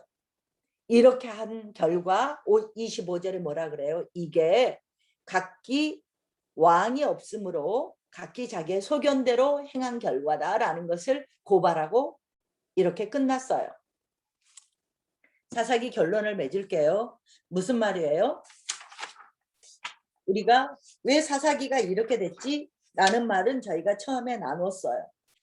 그랬는데 처음에 미가의 신상 이야기가 나오고 가정집에서 이렇게 하나님의 신앙이 한 가정을 모델로 들면서 하나님을 섬긴다는 모습이 완전히 우상 섬기는 가정을 보여줬고 두 번째는 어땠어요? 단지파가 하나님을 의지하지 못한 결과 그 지역에서도 살아남지 못해서 이주하면서 그 신상을 또 갖고 도망가는 그리고 세 번째는 그 레위인의 첩사건으로 그 사회가 얼마나 타락했나를 보여줬고 레위인의 직무를 자기가 성실히 이행하지 못하고 레위인이 도대체 뭐하고 사는 거야 라는 것을 고발해줬고 그랬는데 이 레위인은 어떤 사람이에요? 나는 정말로 이 성경을 읽으면서 19장부터 읽으면서 화가 났어요. 청년 때 이 사람 미친 거 아니야? 이 말이 입에서 튀어나왔어요. 어때야 돼요? 자기가 나가서 재물이 돼야지. 자기 부인을 제물로 바친 게 자기잖아요. 그러면 내가 하나님 잘못했습니다 하고 자기가 회개를 해야지. 이 정치적인 야심이 있었던 이 남자가 어쩐 거죠? 이것을 자기 가정 문제를 어땠어요? 지파전쟁을 만들어버렸어요. 이게 하나님을 왕으로 모시지 못한 가정과 제사장과 사회 문제화 시켜버린 거다. 결국은 이건 뭐예요? 영적 분별력이 없는 거다. 처음에 말했잖아요. 정말로 영적 분별력이 없어지면 싸울 것과 싸우지 않고 집안 싸움부터 하잖아요. 싸울 것과 싸우지 않고 이 40만 명이 모아서 뭐 해야 돼요? 적들과 싸워야죠. 그랬는데 뭐 하고 있는 거예요? 민족 간의 전쟁을 하고 있는 거죠. 하나님 보시면 어쩌겠어요? 얼척 없어요. 하나님 보시면 진짜로 얼척 없을 거 아니에요? 너희들 지금 뭐 하고 있냐 하고 있을 거예요. 그 힘을 모아서 외부의 적과 싸워야죠. 우리가 힘이 있다면 뭐 해야 돼요? 영적 전쟁을 하면은 애들의 앞날이 이런 암흑시대가 안 온단 말이에요. 우리가 제대로 영적 전쟁을 해야지 우리 다음 세대가 살아날 수 있는데 이미 지금 암울하잖아요. 그러면 우리가 이제 일어나는 우리가 정말 회개와 해결을 일어날 수밖에 없는 정말 우리가 이런 사회를 살고 있잖아요. 그래서 이 레이는 너무나 무서운 사람 같아요. 정말 자기가 하나님께 회개하고 자복하고 나 때문에 내 아내가 죽었습니다. 이렇게 나가야 되는데 12토막을 내갖고 민족 간의 전쟁을 해갖고 한 첩을 죽이지 못하고 자기가 만약에 나갔으면 성폭행 당해다가 자기가 죽었어야 되는데 누가 죽어요? 전쟁 나가서 사만이 죽었고 베냐민 지파가 도망간 사람만 빼놓고 멸족을 했잖아요.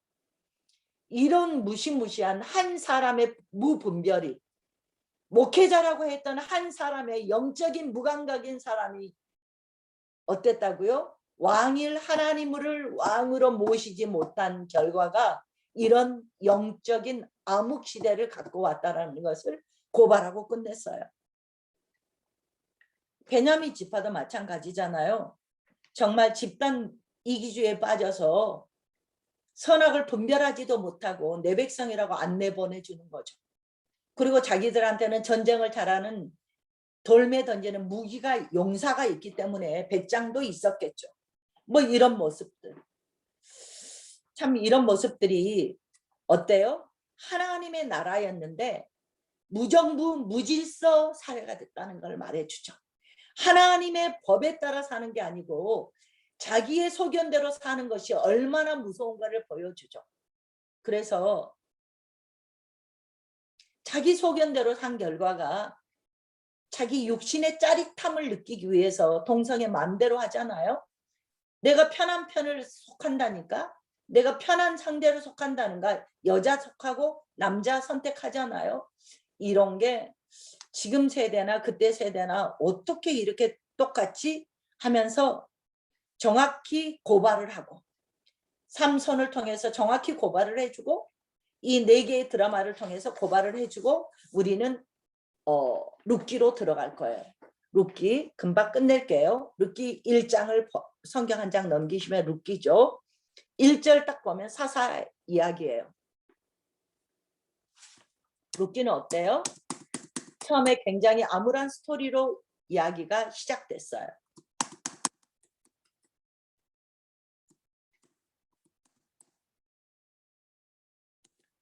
먼저 지도를 보면 이 룻기는 그 유대 지방에 베들레헴에 사는 이제 한 사람이 1절에 보니까 뭐가 들었어요? 흉년이 들었어요. 그래서 모압으로 이민을 갔어요. 이민을 가서 2절을 보니까 그 남자 이름이 누구였냐면 엘리멜렉이었어요. 그리고 2 아들을 여기서 낳는데 아들은 말론과 기론이어서 여기에서는 모압 여인을 며느리로 맞았어요. 그리고 몇 년 살았냐면 10년을 이민 와서 10년을 살았어요. 그러니까 아마 이 엘리멜렉이라는 이 사람은, 이 남자는 모압 땅에서 정착을 하려는 생각이었나 보죠. 돌아가려면은 자기 아들들을 이방 여인을 주겠어요? 이방 여인을 딱 이렇게 2명이나 얻었어요. 그랬는데 4절에 보니까 10년쯤 지나서 5절 아버지 엘리멜렉도 죽고 2 아들 말론과 기련도 죽고 3 남자 죽고 3 여자 남았어요.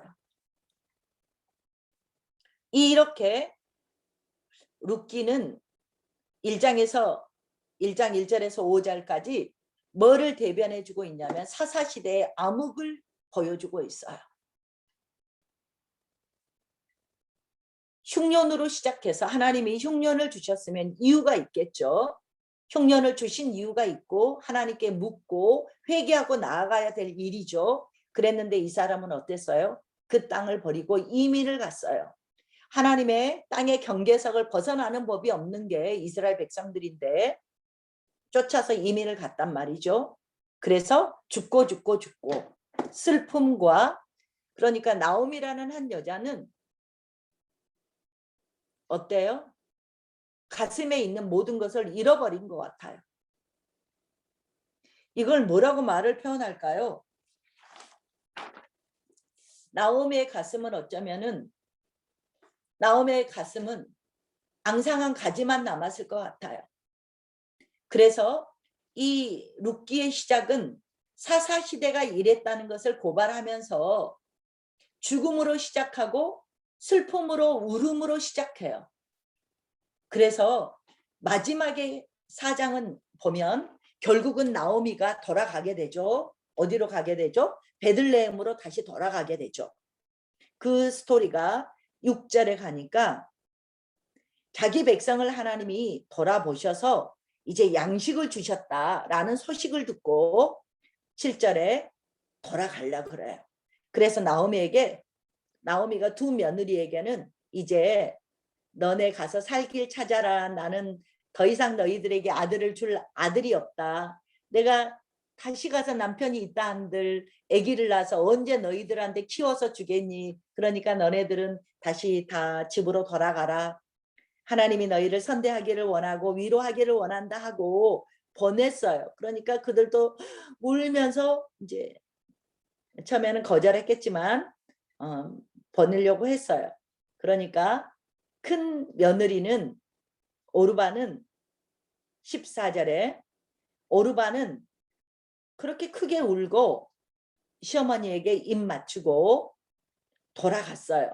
근데 룻은 그를 붙쫓았더라 그랬어요. 무슨 말이냐면은 어머니를 꼭 잡고 놔주지 않았어요. 그래서 이 말은 룻의 어머니가 내 어머니가 되고 어머니가 가시는 곳이 내가 가는 곳이 되고 어머니의 백성이 내 백성이 되고 어머니의 하나님이 나의 하나님이 되시겠습니다 하면서 나오미는 아마 나오미를 통해서 룻은 하나님을 이제 그 집안에 시집에 왔으니까 하나님을 섬기기도 했겠지만 하나님을 정말로 닮는 여인이 됐던 것 같아요. 이래서 결국은 4장에 가면 아기를 낳게 되고 이 룻이 결혼도 하게 되고 아기를 낳아서 시어머니 나오미의 품에 안겨주고 그래서 이 아이가 다윗의 증조 할아버지가 되는 오벳을 낳게 되는, 그래서 너무 기뻐서 이 아이를 안고 어쩔 줄 모르면서 동네 사람들의 모든 사람들의 축복을 받으면서 다윗의 계보까지 딱 가면서 룻기는 해피엔딩으로 끝나요. 무슨 말이에요? 룻기가 사사를 대변하는 사사기의 마지막까지 어두움이었잖아요. 그래서 룻기가 사사기를 대변하는 이 사사시대의 샘플로 나오면서 사사시대에 이랬는데 하나님 편에, 그러니까 룻기는 본 백성의 보존이에요. 한마디로 딱 말하면 본 백성들은 하나님을 본 백성의 보존이 아니고 본 백성은 하나님을 놓아버렸는데 이방 백성이 하나님을 붙잡았을 때 이 백성에게 하나님께서 어떻게 하나님의 헤세드를, 오늘 새벽에도 헤세드가 나온 것 같은데 헤세드를 흘려보내시나, 이런 말씀을 우리가 주시면서 죽음으로 끝났다가 새로운 아이가 태어나면서, 죽음으로 시작해서 새 아이가 태어나면서 끝나요. 슬픔과 울음으로 시작해서 웃음과 기쁨으로 끝나요, 룻기가. 그래서 룻기를 한마디로 말하면 하나님의 회복이에요. 그러면 대조를 조금 이따 해볼 거예요. 사사기에서 마지막에 한 지파가 골이 났을 때 민족 전쟁을 하면서 뭐라 그래요? 우리가 어떻게 한 민족을 다시 한번 한 지파를 회복시킬까 했을 때 또 다른 전쟁이 왔고 납치가 있었고 살인이 있었고 이런 것들로 회복을 했단 말이죠. 이게 뭐예요? 하나님이 왕으로 임재하지 못하는 모습. 룻기의 회복은 하나님을 왕으로 모신 자의 회복을 보여줘요. 네. 그래서 그러면 어떻게 우리가 이제 하나님의 헤세드가 흐르는가를, 그래서 룻기는 헤세드가 3번, 여기 단어로는 안 나오는데 그 원어로는 3번 헤세드가 나오는데 1장에 보면 이러면서 룻이 결심했어요. 1장 18절에 보면 나오미를 따라가려고 결심하니까 이제 그 21절 보면 너무 창피하죠. 내가 데리고 이제 이스라엘로 돌아갔고 베들레헴에 갔더니 풍족하게 나갔는데 비어 들어왔다. 그래서 나오미의 첫 모습은 뭐예요? 텅 빈 가슴이죠. 텅 빈 것뿐만 아니라 다 잃어버리고 아들까지 잃어버리고 재산도 다 잃어버리고 황폐한 가슴이죠. 황폐한 가슴으로 돌아온 룻을 보여주죠. 그래서 내가 너무나도 괴롭다라는 것을 말하면서 22절에 뭐예요? 보리 추수 때 베들레헴에 이르렀다라고 말을 하면서 뭔가 소망을 주죠. 그러면서 2장에 보니까 룻이 어떻게 시어머니에게 헤세드를 베푸는가를 보여주고 있어요. 그래서 룻이 어때요? 3절 같이 이렇게 가서 나무밭에 가서 이삭을 주워다가 그 나오미를 공개하는, 시어머니를 공개하는, 이렇게 말하니까 잘 감이 안 와요? 제가 네팔로 이민을 갔어요. 네팔로 이민을 갔는데 다 가족 잊어버렸어요. 내가 남자라고 가정을 하고, 그래갖고 네팔 여자를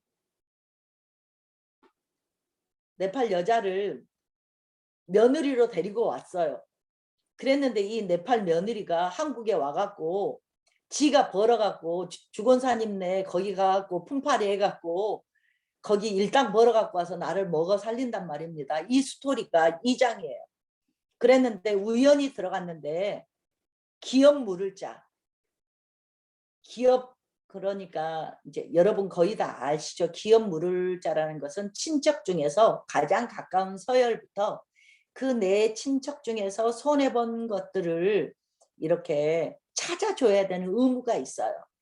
이게 기업 물을 자고 또 고엘 제도 또 이렇게 연결이 되는데, 이게 넘버원이 다른 사람이 있었는데 기업 물을 자 중에 한 사람이 밭에 우연히 갔는데 보아스네 밭이었던 거죠. 그랬는데 이제 보아스가 또 헤세드를 2장 3장에 가면은 하나님의 인애를 이들의 삶을 통해서 또 흘려보내줘요.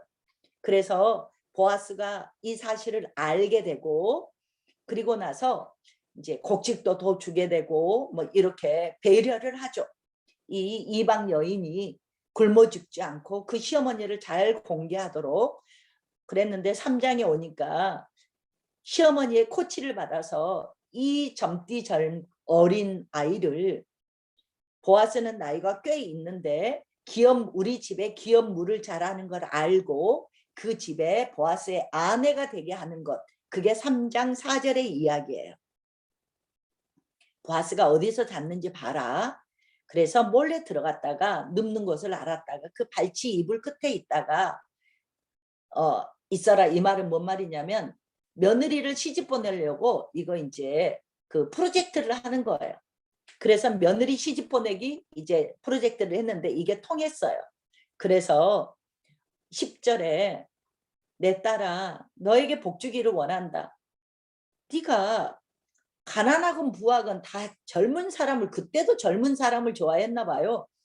젊은 사람을 따르지 아니하고 나한테 이러냐 이러면서 네 베푼 인애가 처음보다 나중이 더하다. 이 말은 뭔 말이에요?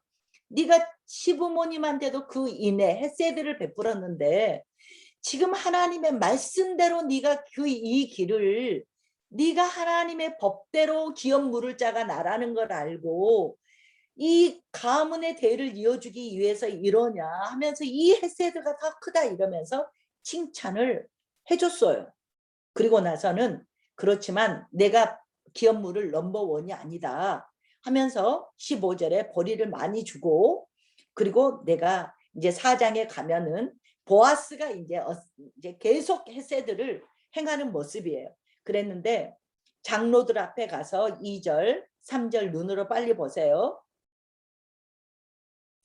나오미가 우리 형제 엘리멜렉의 소유지를 팔려 함으로 이것을 사라고 그러니까 이 내용이 뭐냐면 기업 물을 자 넘버원에게 이제 네가 기업 물을 자의 역할을 해라 이 말이에요. 그러면 어떻게 해야 되냐면 내 돈을 들여서 내 재산을 들여서 그 내가 기업 물을 친척에 이것을 다 내 재산 중에서 손해를 보면서 그것을 그 가족을 살려줘야 되는 거죠. 그 재산을 사줘야 되는 거죠. 다 이제 내가 돈을 들여서 그 집 것을 찾아주는 거죠. 이러자 8절에 기업 물을 자가 보아스에게 내가 너를 위하여 사라 하고 그의 신을 벗는다. 이 말은 위에 내가 안 봤지만 자기가 손해를 볼까 봐 6절에 나왔네요. 내 기업에 손해가 있을까 하여 나는 기업 무르지 못하겠다. 그래서 이제 보아스가 두 번째였기 때문에 보아스가 이 집에 기업 물을 자가 된 이야기가 이제 나왔어요. 그러니까 이 일을 본 사람들이 주변에서 증인들이 9절에 보아스가 장로들 백성들 이렇게 엘리멜렉 기럨 말론 이거 죽은 사람들이잖아요. 이런 기업을 찾아주고 이제 증인이 되었다고. 그래서 이제 너의 이름이 너가 형제를 사랑했던 그 이름이 여기서 끊어지지 않게 너희가 오늘 증인이다 이러면서 증인이 된 후에 11절에 사람들이 어때요? 이 보아스를 굉장히 축복해 줬어요. 그러면서 너의 인애가 크다는 것을 주변의 사람들이 보고 그러니까 네가 베들레헴에서 유명해지고 네가 에브라에서 유력한 사람이 되고 이러면서 보아스를 축복해 줬어요. 그래서 12절에 볼래요? 이 젊은 여자로 룻을 말하잖아요. 내게 상속자를 주사 네 집이 다말이 유다에게서 나와준 베레스의 집과 같이 되기를 원하노라. 이 말은 지금 베레스를 낳아준 다말은 시아버지 유다를 통해서 시아버지랑 관계를 맺고 쌍둥이를 낳아갖고 베레스가 예수님의 족보에 오른 사람이에요. 그러면 제가 38장이 창세기 38장은 정말 누가 볼까봐 부끄러운 장이에요. 그랬는데 이 다말이 성적인 것을 탐닉하기 위해서 유다 시아버지를 탐한 게 아니고 하나님의 나라의 어떤 족보에 이르기 위해서 이 시아버지랑 관계를 맺고 유다의 자손을 이어주는 이 일을 룻기에 와서 조주의 아이콘을 다말을 축복의 아이콘으로 바꾸는 사건이에요. 진짜 그 38장을 보면 부끄러워서 얼굴을 들지 못하는 다말의 이야기거든요.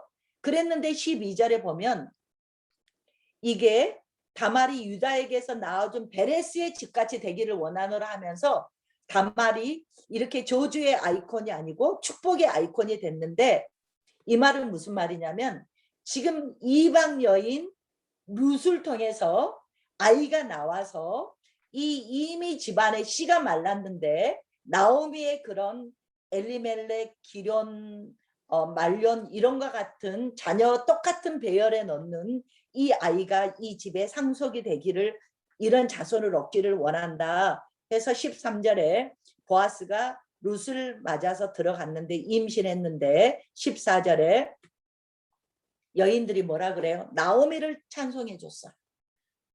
그러면서 이 아이가 누구의 아이라고 보이게 하냐면 나오미의 아이로 손자가 아니고 나오미의 아들처럼 여겨진단 말입니다.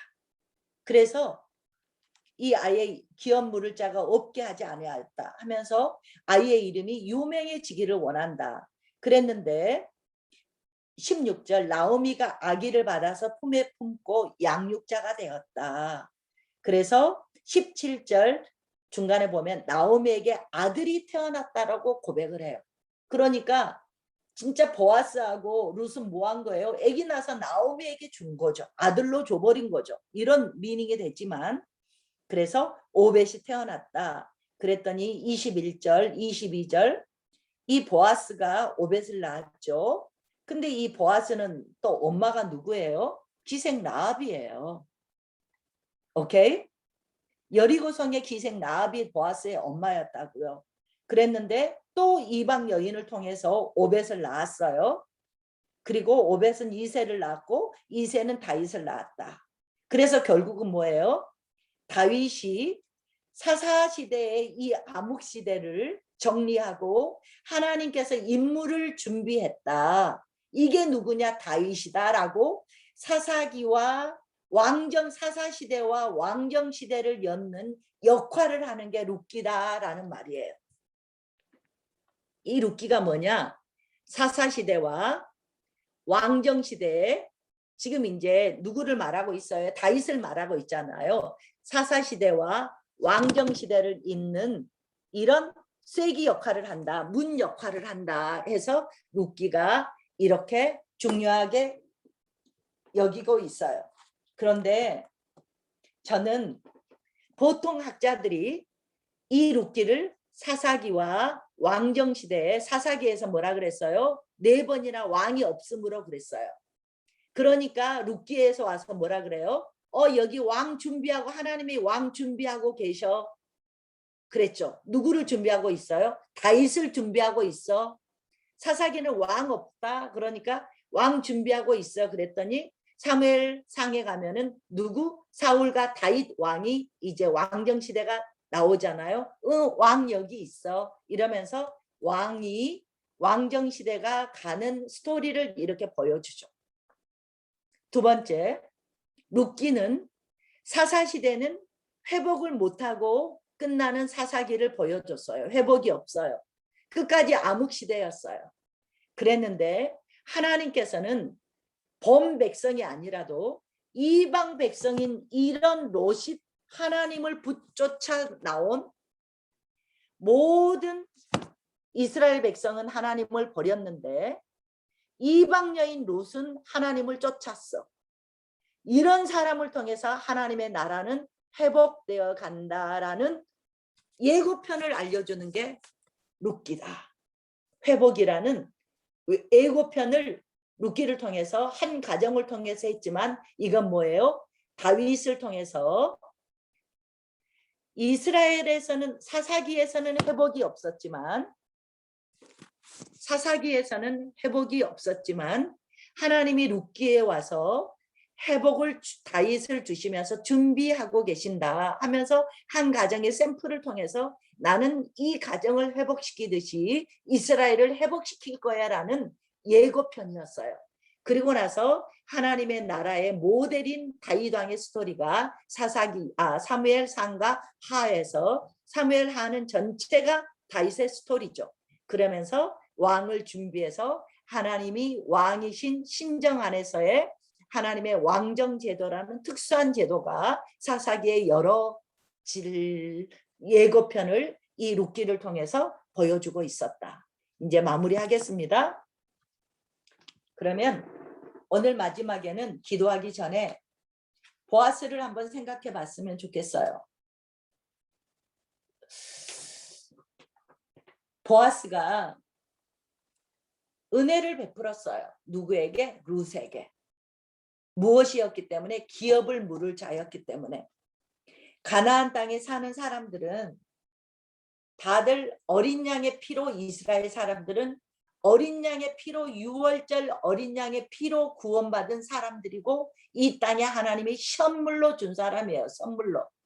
가나안 땅을 선물로 주셔서 이 땅에 꽂아 주셨기 때문에 이 사람들은 이 땅이 자기의 것이 아닌 거죠. 이런 내게 있는 게 내 것이 아니다라는 기본적인 하나님 나라에 대한 그림이 있어야 기업 물을 자라는 이 사명을 감당할 수 있죠. 이해되셨어요? 내 것이 내 거라는 생각을 하면 아까워서 아무것도 못 하잖아요. 근데 이것이 하나님이 주신 거야. 이게 하나님이 주신 선물이야. 이럴 때 내 손을 펴서 주변에 기업 물을 자의 사명을 감당할 수 있다는 거죠. 보아스가 이 사명을 감당했을 때 보아스는 유력자고 이 지방에서도 정말로 부자였잖아요. 룻의 가정을, 나오미의 가정을 이미 기업을 물려줬어도 일부 떨어져 나갔지 전부는 아닐 거란 말이죠. 그래서 이런 은혜를 베푼 보아스에게 성경에 예수님의 족보로 올라갈 수 있는 이런 특권을 주셨어요. 그러면 우리는 이런 또 이제 오늘 오전에 그 예수님의 사순절이고 그래서 예수님의 사복음서를 마무리하면서 마지막 일주일에 예수님의 생애를 우리가 이렇게 버텼어요. 이러면서도 하나님의 은혜가 이제 너무나도 많이 머물렀는데 우리는 먼저 이렇게 손을 펴기 전에 우리는 손을 펼 수 없는 존재예요. 내가 기업 물을 수 있는 이런 인애도 없고 헤세드도 내 안에 없고 이런 품성도 없어요. 그랬는데 내가 하나님의 어떤 은혜를 받았지? 우리는 어떤 것을 구하고 있지만 이거 다 필요 없는 거고 다 놓고 가야 되는 거고 우리가 붙잡을 것은 진짜 영혼이라는 우리가 카운트리스 할 수 없는 카운트리스 셀 수 없는 영혼이라는 영생을 우리한테 주셨단 말이죠. 이 생명이 있는 동안만 이걸 구할 수 있고 쟁취할 수 있는 기회란 말이죠. 이 헤세드의 은혜를 하나님이 이 영원한 부활, 생명, 영생이라는 것을 예수님의 십자가를 통해서 우리에게 주셨단 말이죠. 이 유월절 어린 양의 피의 은혜를 받은 선물을 받은 자라는 이 자각과 은혜 속에 있을 때만 우리가 헤세드의 삶을 살 수 있다. 하나님이 예수님이 어린 양이 되어서 우리에게 기업을 물려주셨어요. 기업을 물려주셔서 예수님의 피로 딱 우리를 싸버릴 때 우리가 하나님 앞에서 의의가 되었어요. 예수의 피로 우리를 딱 싸버린 자가 됐단 말입니다. 이러면서 기업을 물어주신 예수님을 본받아서 이 하나님의 은혜가 우리 안에 적셔 있을 때만 이게 내 것이 아니지. 손이 펴지고 내 거 아니야. 내가 기업 물을 자가 돼야지. 이 하나님의 예수님의 은혜가 우리 안에 스며들 때만 내가 나를 해체시킬 수 있더라고. 나도 못하는데 그래서 우리는 하나님과의 사랑이 제일 먼저예요. 하나님의 사랑이 머물면 제가 어제 화요일 날인가 조내과를 갔는데 병원에서 나한테 조내과에서 오라고 연락이 왔어요. 건강검진을 했는데 폐에서 이상이 있다고 결과가 정밀 진단을 받아보라 그래서 병원을 갔더니 그 조내과 의사 선생님이 의논한 다음에 다시 부르겠다고 그래서 연락이 없어서 별일 아니겠지 하고 했는데 다시 의사 선생님이 오라 그런다고 전화가 왔어요. 그리고 가서 그랬는데 좀 뭐가 그래서 내가 처음에 병원에 이제 그 결과가 안 좋다 그래서 갔을 때 폐결핵은 아니에요. 그랬더니 폐결핵은 아닌데 이상해서 조금 더 그날 그 기사가 없었는지 그게 1,000만 원짜리 화면으로 봐야 된대요. 그 화면으로 더 제가 보겠습니다. 그냥 집에 가셔서 기다리세요 해서 왔는데 일주일이 지나도 소식이 없길래 괜찮은가 보지 했는데 이제 엊그제 연락이 왔어요. 그랬는데 이제 내가 내 자신을 보게 됐어요. 내가 뭐라 그러냐면 아 그래요? 그러면 지금 오전이니까 오후에 갈게요. 그리고 이제 오전에 이제 오전에는 이제 말씀을 묵상하는 시간으로 보통 지내기 때문에 말씀을 묵상하고 그리고 점심을 먹는데 너무 감사한 거예요. 만약에 저희 남편이 폐암으로 가셨잖아요. 내가 폐암이면 폐암일 수 있겠다라는 생각이 들면서 그러면 어떡하지 하면서 내가 나를 보니까 막 감사한 거예요. 근데 왜 감사하지? 근데 바로 그 전날, 그 전에 주일날 우리 형제들이 모였을 때 어떤 목사님 얘기를 했어요. 그 목사님이 70대 초반인데 잠자다가 일어났는데 돌아가셨대. 그 이야기를 했어요. 그러니까 내가 뭐라 그랬냐면 참 복되다. 고통당하지 않고 돌아가신다는 게 너무 복되다. 그러니까 언니가 그랬어요. 아니야. 그래도 가족들은 너무 심쿵하잖아. 그래도 조금 암이 좋은 건 자기가 죽을 기약이 있다는 걸 아니까 좋잖아. 그러면 가족들이 준비를 하잖아. 이게 좋지. 그냥 가는 건 너무 슬픈 것 같아. 이런 얘기를 했거든요. 그래서 그 몇 시간 동안 저는 생을 준비를 했어요. 아 이건 이렇게 쓰고 이건 이렇게 쓰고 이건 이렇게 해서 아프리카로 이건 보내고 이거는 네팔로 보내고 이 나머지는 애들이 끝까지 공부할 수 있도록 이렇게 쓰고 정리를 딱 하고 병원을 갔어요. 근데 가는 게 너무 기쁜 거예요. 참 죄송합니다. 그 말은 내가 안 뱉을게요. 뱉지는 않고. 그래서 왜 이렇게 기쁘지 그러면 내가 진짜로 하나님 나라에 갈 수 있는 영광이 있다는 게 이렇게 기쁜지 몰랐어요. 그 화요일 그 병원에 갔는 날까지 집안에 말씀 묵상을 그런다고 중단할 수는 없지. 오전 내내 말씀 묵상 마치고 1시경에 점심 먹고 그리고 이제 2시 넘어서 병원을 가는 동안 그 몇 시간 동안 너무 감사와 영광이 흐르면서 마음속으로 정리가 다 끝난 거예요.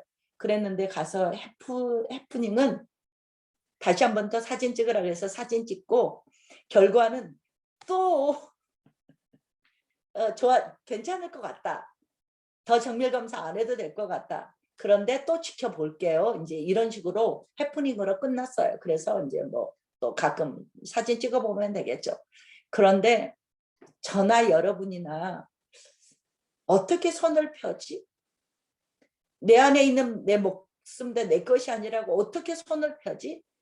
내게 있는 물질이 내 것이 아니라고 어떻게 기업 물을 자가 되지? 내가 가난해져서 상대를 부하게 하는 게 주님의 말씀에 나와 있는 복음 중에 하나인데 내가 가난해져서 어떻게 상대를 부유하게 하지? 이게 기업 물을 자인데 이것은 정말로 우리가 주님의 사랑 속에 있을 때만 내 것이 내 것이 아니지. 주님이 우리에게 어떤 사랑을 보이셨지?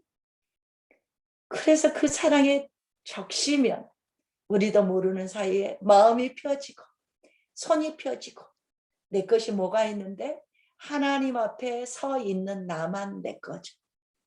하나님 앞에서 내가 하나님 앞에 올린 것만 내 거죠. 그것 중에서도 하나님 앞에서 내가 사랑한 것만 내 거죠. 이렇다면 보아스가 우리가 아니겠는가? 사사기 끝장에 나오는 회복, 인간의 회복이에요. 사사기 끝에서 나오는 한 집발을 회복시키시겠다고 했던 것은 또 죄의 연속이었죠. 룻기에서는 하나님이 회복시키시면 어떻게 한 가정이 회복되지? 하나님이 회복하시면 다윗이라는 사람을 통해서 어떻게 한 나라가 회복되지라는 회복의 서막이에요. 이것은 뭘로 시작됐어요? 한 사람이 기업 물으면서 시작됐어요. 어때요? 룻기가 이렇게 끝나면 재미가 없잖아요. 저와 여러분이 이제 보아스의 바톤을 룻의 바톤을 이어받은 기업 물을 자의 사명을 받았고 그 사랑을 받은 자예요. 그 사랑을 받은 자에게 하나님이 그 회복을 올려주고 그 회복 속에 우리가 서 있으면 여기에 젖어드는 모든 자가 살려지고 세워지는 역사가 저와 여러분에게 있어지기를 소망하면서 이 모든 회복이 여러분에게 정말로 철철 넘쳐지는 이 말씀에 열매 맺는 여러분들이 되어지기를, 저와 여러분이 되어지기를 예수의 이름으로 축복합니다. 우리 화면 켜고 마이크 켜고 5분만 기도하시고요. 오늘 이 시간에는 이영균 집사님께서 마무리해서 조금 이따 기도해 주시고 끝나겠습니다. 우리 하나님, 이 은혜를 저희에게도 베풀어 주세요. 주님의 우리가 어떤 은혜를 받았는지 이 은혜를 생각하면서 기도하겠습니다. 할렐루야 주여 하나님의 말씀을 자기와 아버지 저희 삶을 다시 한번 돌아보겠습니다. 정말 날마다 예수의 주님 앞에서 하나님 앞에 돌아갈 그 영광을 생각하며 기뻐하는 성사님의 것이 저희 마음을 정말 많이 올렸습니다. 정말로 이 말씀이 사사기에는 마음이 없었죠. 우리는 그 자기의 속에 옳은 대로만 생각하였는데 하나님 하고 똑같은 이야기지만 왕이 악한 것이 없었습니다. 크게 될수록 어디를 따라가야 될지 몰랐고 어떻게 해야 될지를 몰랐습니다. 말씀 그들을 인도해야 될 왕이 없었습니다. 하나님이 주셨지만 그들은 하나님을 찾지 않았습니다. 그들은 주님을 놓쳤고 다음 세대들은 하나님 여호와를 알지 못했습니다. 주여, 가장 먼저 다음 세대들을 위하여 기도하게 해주시옵소서. 시대에 우리 교회에 우리 청년부, 중고등부, 우리 유초등부, 우리 유치부부터 영화부까지 우리 다음 세대들을 위해 기도합니다. 하나님, 우리가 온전히 그들을 교육하고 양육하려면 우리가 주님 앞에서 온전히 서야 합니다. 아버지, 다음 세대들을 위해 가장 먼저 해야 될 것이 우리가 주님 앞에 온전히 주님과 교제하며 하나님 앞에 거룩한 것을 해야 되는 것임을 다시 한번 고백하오니 우리의 모든 죄를 버리게 하여 주시고 우리 안에 주께로부터 오지 않은 모든 것들을 모두 회개하게 하시고 주님 앞에 온전히 서게 하여 주시옵소서. 우리의 자녀들에게 하나님의 살아계심을 증거하게 하시고 하나님께서 이루심을 우리의 입술로 증거하게 하여 주시옵소서. 아이들과 함께 너희들 말씀 외워라, 읽어라, 묵상해라, 무엇을 해라라고 말하는 부모에서 떠나서 하나님을 함께 같이 이야기하며 하나님이 나에게 이루어주신 것들, 하나님의 가정 가운데 허락하신 것들, 하나님이 너를 향한 소망들을 같이 나누며 이야기하며 하나님의 살아계심을 증거할 수 있고 주께서 우리를 인도하심을 증거할 수 있는 귀한 부모 되게 하여 주시옵소서. 아버지, 말씀이 가르치는 것들을 왜곡하지 않게 하시며 이 세상에서 뛰어나고 이 세상에 정말 이름 높이는 자가 되게 하여 말씀을 이용하는 자가 되지 않고 하나님 앞에 내 삶을 드릴 수 있는 진정한 말씀을 순종하여 따라가는 그러한 기업무를 자가 되도록 하나님 우리에게 큰 은혜 베풀어 주시옵소서. 특별히 지금 이 자리에 많은 주일학교 선생님들과 또한 부모님들 계십니다. 자녀를 위하여 우리 맡은 영혼들을 위하여 간절히 기도하오니 하나님 우리의 기도 가운데 하나님의 역사를 베풀어 주시고 우리를 통해서 집사님 기도해 하나님의 주시겠습니다. 하나님을 들려주시옵소서. 하나님 감사합니다. 오늘도 피곤한 가운데서도 저희에게 귀한 또 하나님 그 말씀으로 인도해 주셔서 감사합니다. 아멘. 예전에 하나님 믿음의 선배들이 살았던 그 사사기 시대, 그 암흑 시대의 지금 저희가 살고 있는 이 현재 시기도 그 그렇습니다. 사사 시대 못지않는 아버지, 하나님 입니다. 그 시대를 저희도 현재 살고 있습니다. 주신 아버지요. 말씀 정말 하나님의 귀한 말씀으로 저희들 마음과 함께 하셔서 주님. 저희들 어른된 자로들로서 저희들 함께 또 양육되며 자라는 저희 자손들을 위해서 그 사대 주여. 시대의 교훈을 받은 아버지, 하나님의 자손들에게 하나님을 온전히 왕으로 모시는 그런 아멘. 자녀들로 저희들이 아버지, 양육하고 훈육할 수 있도록 주여. 하나님께서 도와주시옵소서. 아멘. 하나님, 그래서 정말 믿음의 예수님의 그 각오를 잇는 우리 현재 사는 저희들을 아멘. 저희 자손들 될 수 있도록 주님께서 은혜 베풀어 아멘. 주시옵소서. 아멘. 오늘도 피곤한 몸 이끌고 있는 모든 하나님 시간을 함께하는 하나님 심령들에도 함께 하시고 수고한 성화의 목사님에도 주님께서 주여. 은혜 베풀어 주시고 건강도 허락하여 주시옵소서. 아멘. 아멘. 감사하고 귀하신 예수 이름으로 기도하십니다. 아멘. 아멘. 하늘에 계신 우리 우리 아버지여, 아버지여, 이름이 거룩히 여김을 받으시오며 받으시오며 나라의 나라의 마옵시며 이루어지며 뜻이 뜻이 하늘에서 하늘에서 이루어진 이루어진 것 것 같이 같이 땅에서도 땅에서도 이루어지이다. 이루어지이다. 오늘날 오늘날 우리에게 우리에게 일용할 일용할 양식을 양식을 주옵시고 주옵시고 우리가 우리에게 죄 지은 죄 자를 지은 자를 사하여 준 사하여 것 준 것 같이 같이 우리의 우리의 죄를 죄를 사하여 사하여 주옵시고 주옵시고 우리를 시험에 들게 시험에 하지 들게 하지 마옵시며 마옵시고 다만 다만 악에서 악에서 구하옵소서. 구하옵소서. 나라와 내게 권세와 나라와 영광 권세와 영광이 아버지께 영원히 영원히 싸우시리다. 싸움나이다. 아멘. 아멘. 우리 이영균 집사님의 딸인 성은이와 대성이는 그때 다니엘 제자학교 할 때 중학생이었어요. 중학생이었는데 학교 가기 전에 그렇게 와서 큐티하고 가고 그랬죠. 새삼스럽게 그때가 생각나네요. 우리 다 같이 저기 화면 보시고 인사하시고 안녕히 주무시고 꿈속에서도 회복의 밤이 되시기를 예수님의 이름으로 축복합니다. 아멘. 네, 수고하셨습니다. 네, 감사합니다. 수고하셨습니다. 네, S였습니다. 나가시면 김건엽 주사님 몇 시에 들어오셨어요?